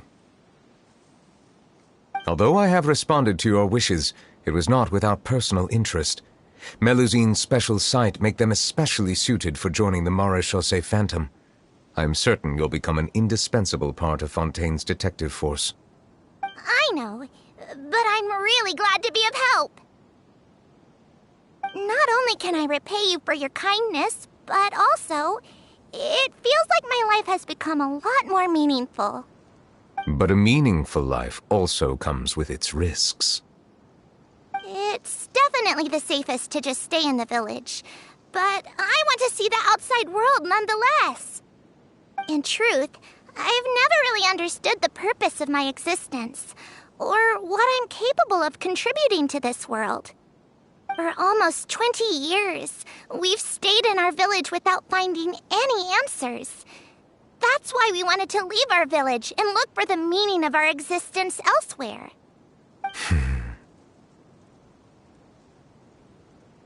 I understand your confusion. In fact, I feel the same way. I too came here for an answer to my questions about my own existence. Really? Could you tell us what we should do to fit in as you did? The truth is, many people threw rocks at us today and told us to go back to our village. It hurt a lot when they hit me in the head, and I tried really hard not to cry. Logically speaking, both time and effort are essential when different species attempt to peacefully coexist. It will be a difficult road ahead, with countless obstacles to overcome. Different identities and ways of thinking all contribute to strengthening the barrier between one another. Removing it will be no easy feat. There aren't many suggestions I can share, because just like you, I haven't fully integrated into this society. Despite my social status, I am still an outsider. Oh, I see. Let's all do our best then. I'm confident that we'll find the meaning of our existence one day. I believe in you, but you shouldn't lose sight of the difficulties ahead. If you run into any trouble, I suggest that you inform Vautrin, the captain of the Special Security and Surveillance Patrol. Huh? Is he the person I met in the Palais Marmonia earlier? Yes? Do you have any concerns? That stone-faced human. He didn't even bother to look at me when I tried talking to him. It felt like he wasn't interested in anything but work. He is an earnest man. There will be plenty of opportunities to work together in the future, so please try to get along.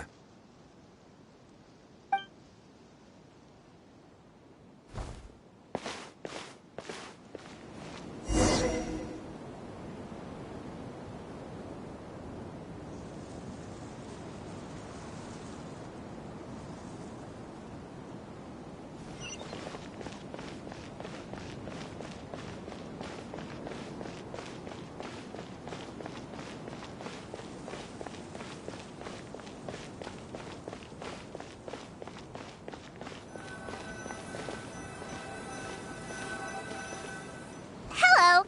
Can I help with anything? Thanks, but no need. Oh.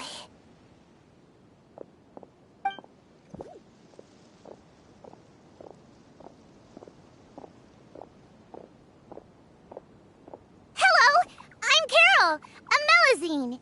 Is there anything you need help with? Get away from here! I'm calling the guards. Please, calm down. I don't mean to cause any harm. Hard to say. Yeah, we should probably stay away from these monsters. Haven't you realized? Strange incidents have been increasing ever since they came. Why should we trust this species from who knows where anyway? I can't believe Nervilet allowed them into the court of Fontaine just like that. Exactly. That so-called Chief Justice even granted them official positions. Not only that, but they're now responsible for investigating cases as well. I swear, there's some hidden agenda at play here. Go away! Quit acting innocent! I'm not leaving. I won't let you say bad stuff about him. We joined the Maréchaussée Phantom and solved lots and lots of cases. We've never done anything wrong. Solving cases? With Nervilet in cahoots with you? You could have fabricated it all, and no one would know. So tell me, how can you guarantee that you Melusines aren't involved in anything that occurred recently? Didn't I tell you before? Don't go advertising if you're not a good talker. Vautrin? Aside from spreading unjustified rumors, if you continue insulting members of the Mare Chaussee Phantom, the Special Security and Surveillance Patrol has every right to subject you to interrogation. There have indeed been an increase in cases recently, perhaps due to the shifting currents of conspiracy, and I understand your concern. However, there's been no evidence pointing towards Melusines being involved. Even the captain of the security patrol is on their side. Nervilette's newly reformed police force is already corrupt to the core. How can two completely different species possibly coexist? You heard that? Yeah. I don't understand. Why won't anyone believe us? There have been rumors saying that you were born from calamity, and that you inherently bring danger to those around you. There are countless negative rumors about you floating around in Fontaine. It's near impossible for you to become a part of this society. Best if you give up before it's too late. Monsieur Neuvillette said that we needed to put both time and effort in. I don't know how long it'll take, but I can at least try making my best effort. I still want to try a little harder. Thank you for bailing me out earlier. Okay, I won't be taking any more of your time. I painted a lot of flyers last night, so I have to stay and hand them out to everyone. Give them to me. You're not gonna take them away, right? We'll hand them out together. The faster we get this done, the sooner we can head back.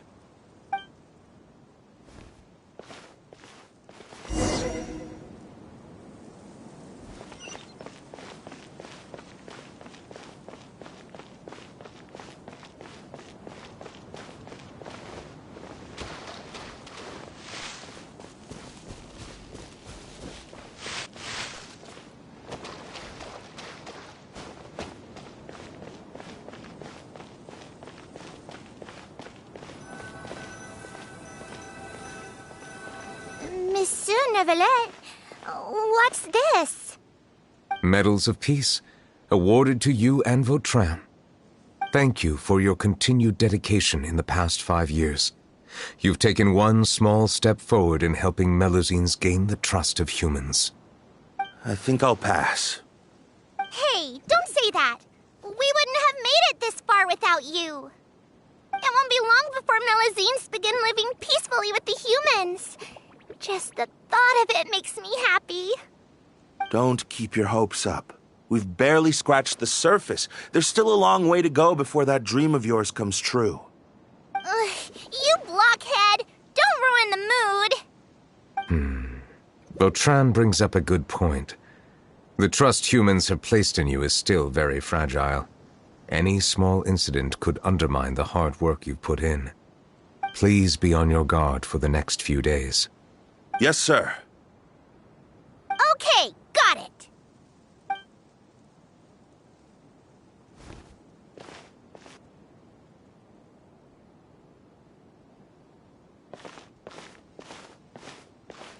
Medal of Peace?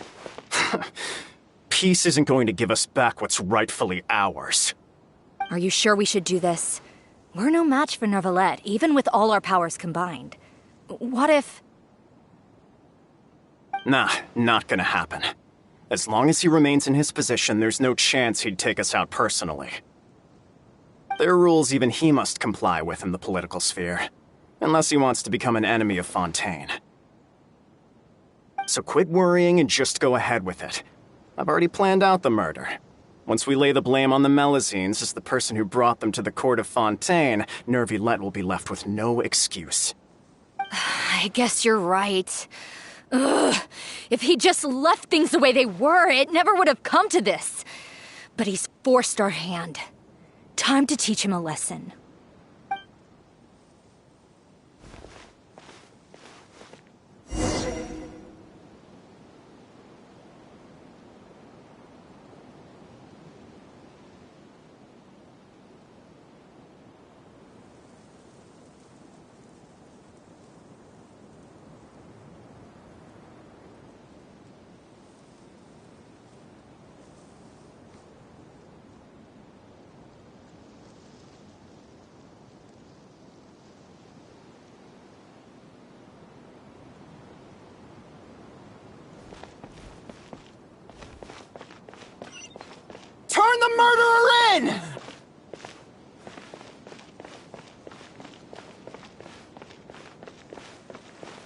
magazines can't be trusted!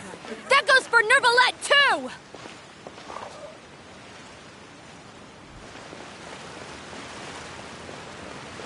Peaceful coexistence? What a joke. Get out of the court of Fontaine and don't ever come back!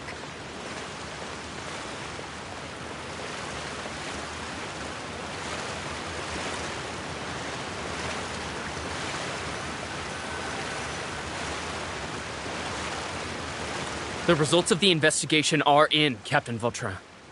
Go on. There is no direct evidence, but reasonable inference indicates that the ones controlling the situation are supporters of the old regime, whose interests have been undermined by the reform. They tricked Miss Carroll into going to the crime scene and pressed charges against her. After that, they incited panic among the people in order to make Monsieur Nervalette confess to his mistakes and yield up power. The guards were stopped by the enraged mob and couldn't intervene in time. Miss Carroll chose to sacrifice herself to pacify the situation. And she called me a blockhead. A little investigation would have cleared things up. Why didn't she wait until we'd established the truth? She didn't have to prove her innocence like that. The situation had rapidly escalated to a physical altercation between infuriated citizens and the guards. Miss Carroll might have thought there was no better plan. That is indeed something she'd do. Captain Vautrin, should I present these results to Monsieur Nervalette right away? There's no need. Notify the guards to restrict public access to all information. Restrict access to... Wait, are you planning to... There's something I've never told Carol. I had a little sister named Ilaria who passed away when I was very young. She's just like Carol in every possible way. Innocent, kind, always believing the best of people. People like her are the most vulnerable to deception and betrayal. From the moment I met Carol, I knew that she'd be easily manipulated by others. I kept a cold demeanor and tried lecturing her into giving up. Looks like she was unfazed by that. Yes. In fact, some of her spirit must have rubbed off on me instead. Because I too began working towards that pie-in-the-sky dream of hers. I should have known. Those cowards don't have the guts to confront Neuvillette. They even avoided causing trouble for me. They were after Carol all along. Can you understand how I feel? Right now, there's only one thought on my mind. Only through bloodshed can their debt be repaid. I understand, but I'm certain Monsieur Nervalette wouldn't accept that as a solution. That's exactly why we need to keep this a secret. Give me the list of suspects. What happens after this has nothing to do with any of you. I will take responsibility for everything.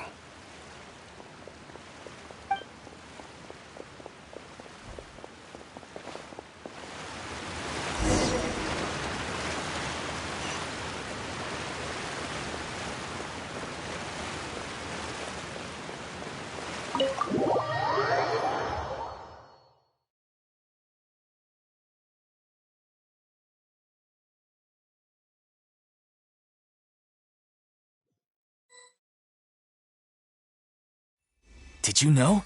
They're hearing a major case today, and the criminal is Captain Vautrin of the Special Security and Surveillance Patrol.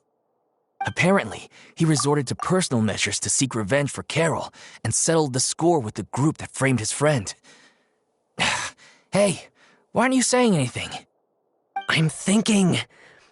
we should try our best to bail him out when the trial commences. Bail him out? Why? Shh, keep it down! Haven't you realized? Both Vautrin and Carol are Nervillette's most trusted subordinates. After everything that happened to Carol, Nervillette's guaranteed to do everything he can to keep Vautrin around. Besides, now that the old regime has been uprooted, Nervillette's status is secure as can be. As long as we redirect public opinion, Nervillette will be able to give Vautrin a reprieve. The benefits are endless. Vautrin sought vengeance for his friend for a valid cause. This represents the justice he upholds. Please, think about it. If the same thing had happened to you, wouldn't you feel the same way he did? Yeah, that's right! This whole thing started because of those despicable cowards who levied false accusations against Carol. How could Vautrin be declared guilty for seeking revenge? Monsieur Neuvillette. Mr. Vautrin is innocent! He's innocent! Order! I acknowledge your arguments. Vautrin, your revenge could be seen as a form of justice. I understand your decision, which is why I cannot help but feel regret and even grief about the judgment I must now impose. Personal justice does not equate to justice as defined by the law. To execute your plan for revenge, you abused your authority and conducted informal executions. Your actions have thus violated the law. Therefore, you will be declared guilty. What? That can't be! Monsieur Neuvillette, please give this a little more thought. He has done so much for Fontaine. Vautrin, my friend, is there anything else you want to say? Neuvillette, what have I done to deserve this? I've closely followed every one of your orders. Can't you see?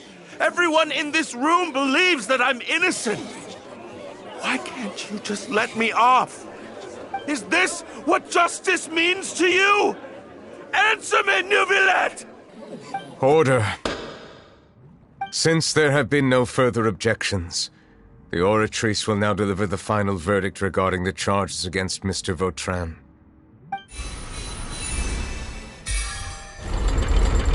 According to the judgment of the Oratrice Mécanique d'Analyse Cardinal, Mr. Vautrin will be declared guilty.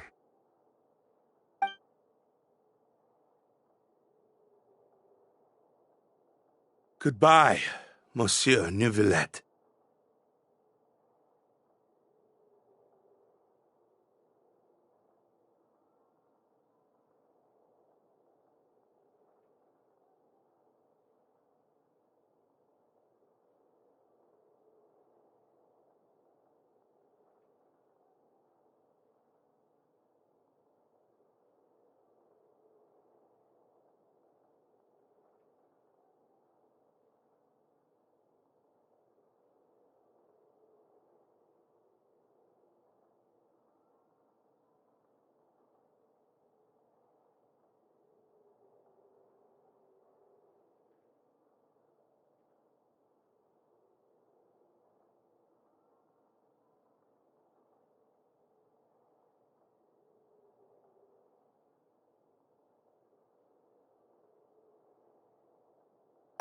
This all happened because of Carol's naive ideas.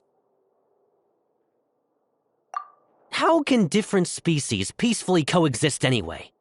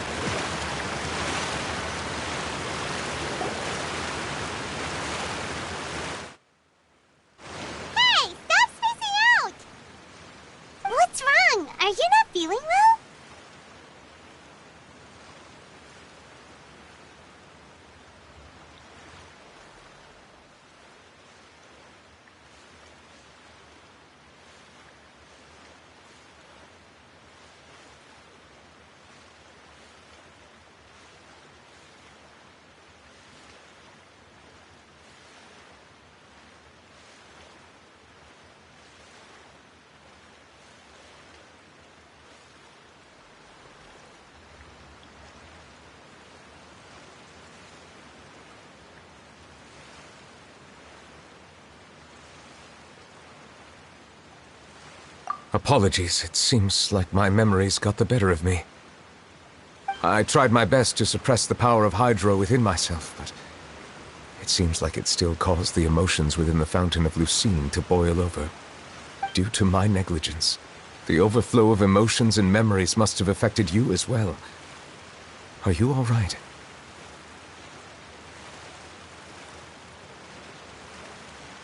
Wow. The Hydro Dragon is more powerful than Paimon thought. Anyways, the last time we came here, the Traveler only heard voices from the Fountain of Lucine. No emotions boiling over or anything. It is as you said. This might be because I am different. It is not only the fountain. I can sense emotions from all waters in Fontaine. Rivers, lakes, and even the rain. That sounds awesome! But I rarely ever do anything like this. Emotions carried by water are always chaotic and disconnected. As an outsider, having my mind occupied with irrelevant memories isn't exactly a pleasant experience. Which ones? It's fine. I prefer not to speak of those memories, but that does not mean I am deliberately hiding them. It was a coincidence, but perhaps it is a good thing that you saw everything in that form. You should now understand why I believe there to be a conspiracy behind all this. These two cases are much too similar. I felt like I needed to do something. Paimon's starting to lose track of what you're saying.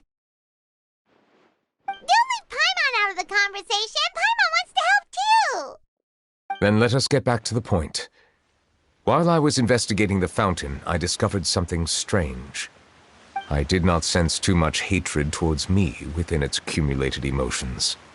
I don't know what caused this to happen, but it seems like there won't be a shortcut to finding the organization that may be pulling the strings here. However, I did find some resentment directed towards Kiara. If I remember correctly, it seemed to be related to a smuggling case.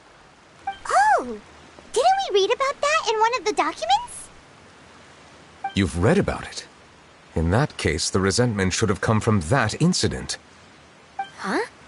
What are you doing here? I was just about to look for you at the Palais Mermonia. Navia! Nice to see you again! Is there something we can help with? I've heard some things, but I'm not purposely asking around or anything. Don't worry. Rumors are abroad that someone's scheming against Melusines, and that you're investigating the case. So I told the Spina di Rosula to keep an eye out for leads. We've had unfamiliar faces showing themselves at the Fleuve Cendre lately. Maybe you'll find the suspects among them. Thank you. Where did you hear about all this? The Chief Justice out on investigation, accompanied by the Traveler from afar. No matter how you conceal your whereabouts, there will be countless eyes watching you. You talked to Kiara, but didn't ask her to keep things secret. People curious to know asked around for information, then it was only a matter of time before word of the threatening letter spread all across Fontaine. So that's what Charlotte meant. Indeed. I did not expect that this could be kept hidden for too long, but the rumors still spread faster than I imagined. You know, it could be because you attract more attention than you think. Anyway, any progress with the investigation? The suspects who threatened Kiara might have to do with a certain smuggling case, but it is still uncertain if there is in fact another party behind all this. We are planning to return to the Palais Mermonia to revisit some details and identify the senders of that threatening letter. All right, then I'll round up the Spina di Rosula and follow up on their progress. Wait for my word. Ta-ta! Neverlet, do you think there'll be any problems now that the word is out? I have already considered that possibility, and I do not think that there will be any. As a matter of fact, once the word gets out, no one would dare to harm Kiara in broad daylight. What is more important is how the case is perceived by the public. 400 years ago, they chose to side with the old regime and direct their resentment towards the Melusines. I hope the same won't happen again. Let us head back to the Palais.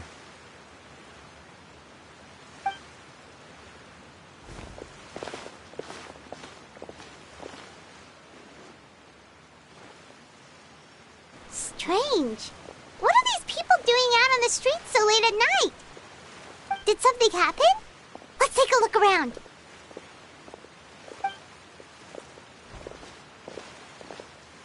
Have you heard? Someone's plotting against Amelazine. This is 100% the truth. Even the Chief Justice is investigating in person. What? That's it! Who's been threatening Melazines? Show yourself! Our enemies are lurking in the shadows and won't easily reveal themselves. But no amount of hiding will keep us from finding them. That's exactly what I wanted to say. The guards have already begun to take action. We can't just stand by and watch. Think about how much we owe them. Now that they're in danger, how can we just sit back and do nothing? Everyone, please stay alert to your surroundings from now on. If you see any suspicious persons, report them to the guards immediately.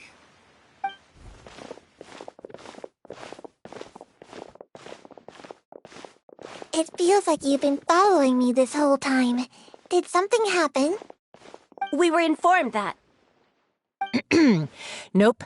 We just finished our shifts and happened to be strolling by. Have you had dinner yet? Why don't we check out the new items at the dessert shop together?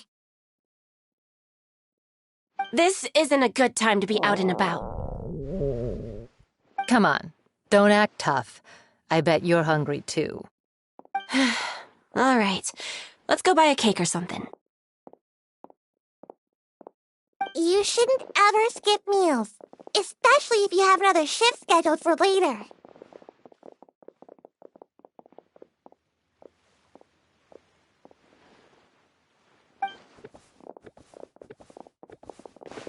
I heard even Nervilette's keeping an eye on the situation. This is the perfect chance to get promoted. We gotta make sure we give it all we've got. Seriously? Were you planning to shirk your duties if Nervilette wasn't involved? Relax, I was just playing. We've worked together for years now. If something happened to them, I'd be haunted by regret for the rest of my life. That's more like it. We should stand guard until the criminal has been caught. Come and fight me instead, you cowards! Have you heard? Even the Special Patrol came to help. Shh! Look! Isn't that Nervilette? I think he's looking at us. Looks like there's nothing to worry about. This is truly wonderful. So, wanna go over and say hi? No, I should stay where I am. My appearance could give rise to unnecessary commotion. Let us stick to our plan and return to the Palais Mermonia. The faster we uncover the truth, the better.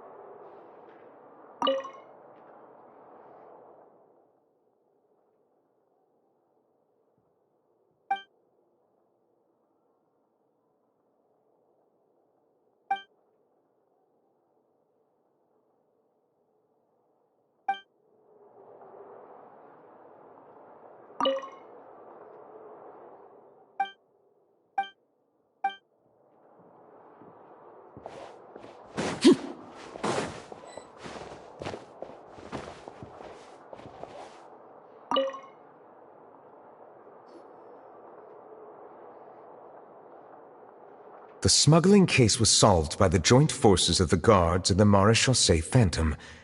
This is the one. The list of involved suspects should be... Ah, found it.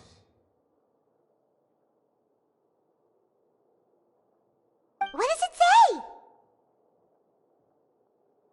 The principal offenders Domenico, Inica, Yuna, and others have been caught. They have been sent to the fortress of Meropide following trial. Those with close connections or mutual interests with the offenders but who did not participate in the case will not stand trial.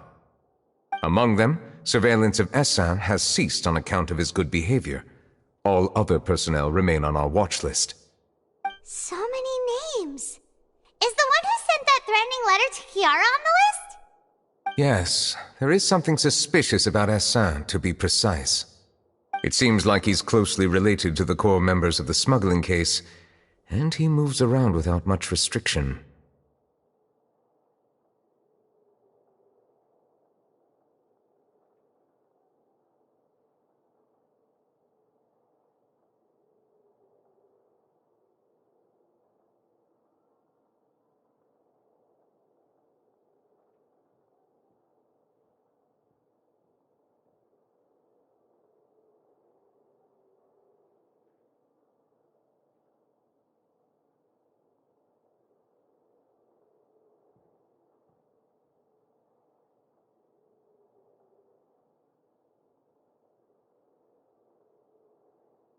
Monsieur Neverlet, someone claiming to be from the Spina Durasula just checked in with us.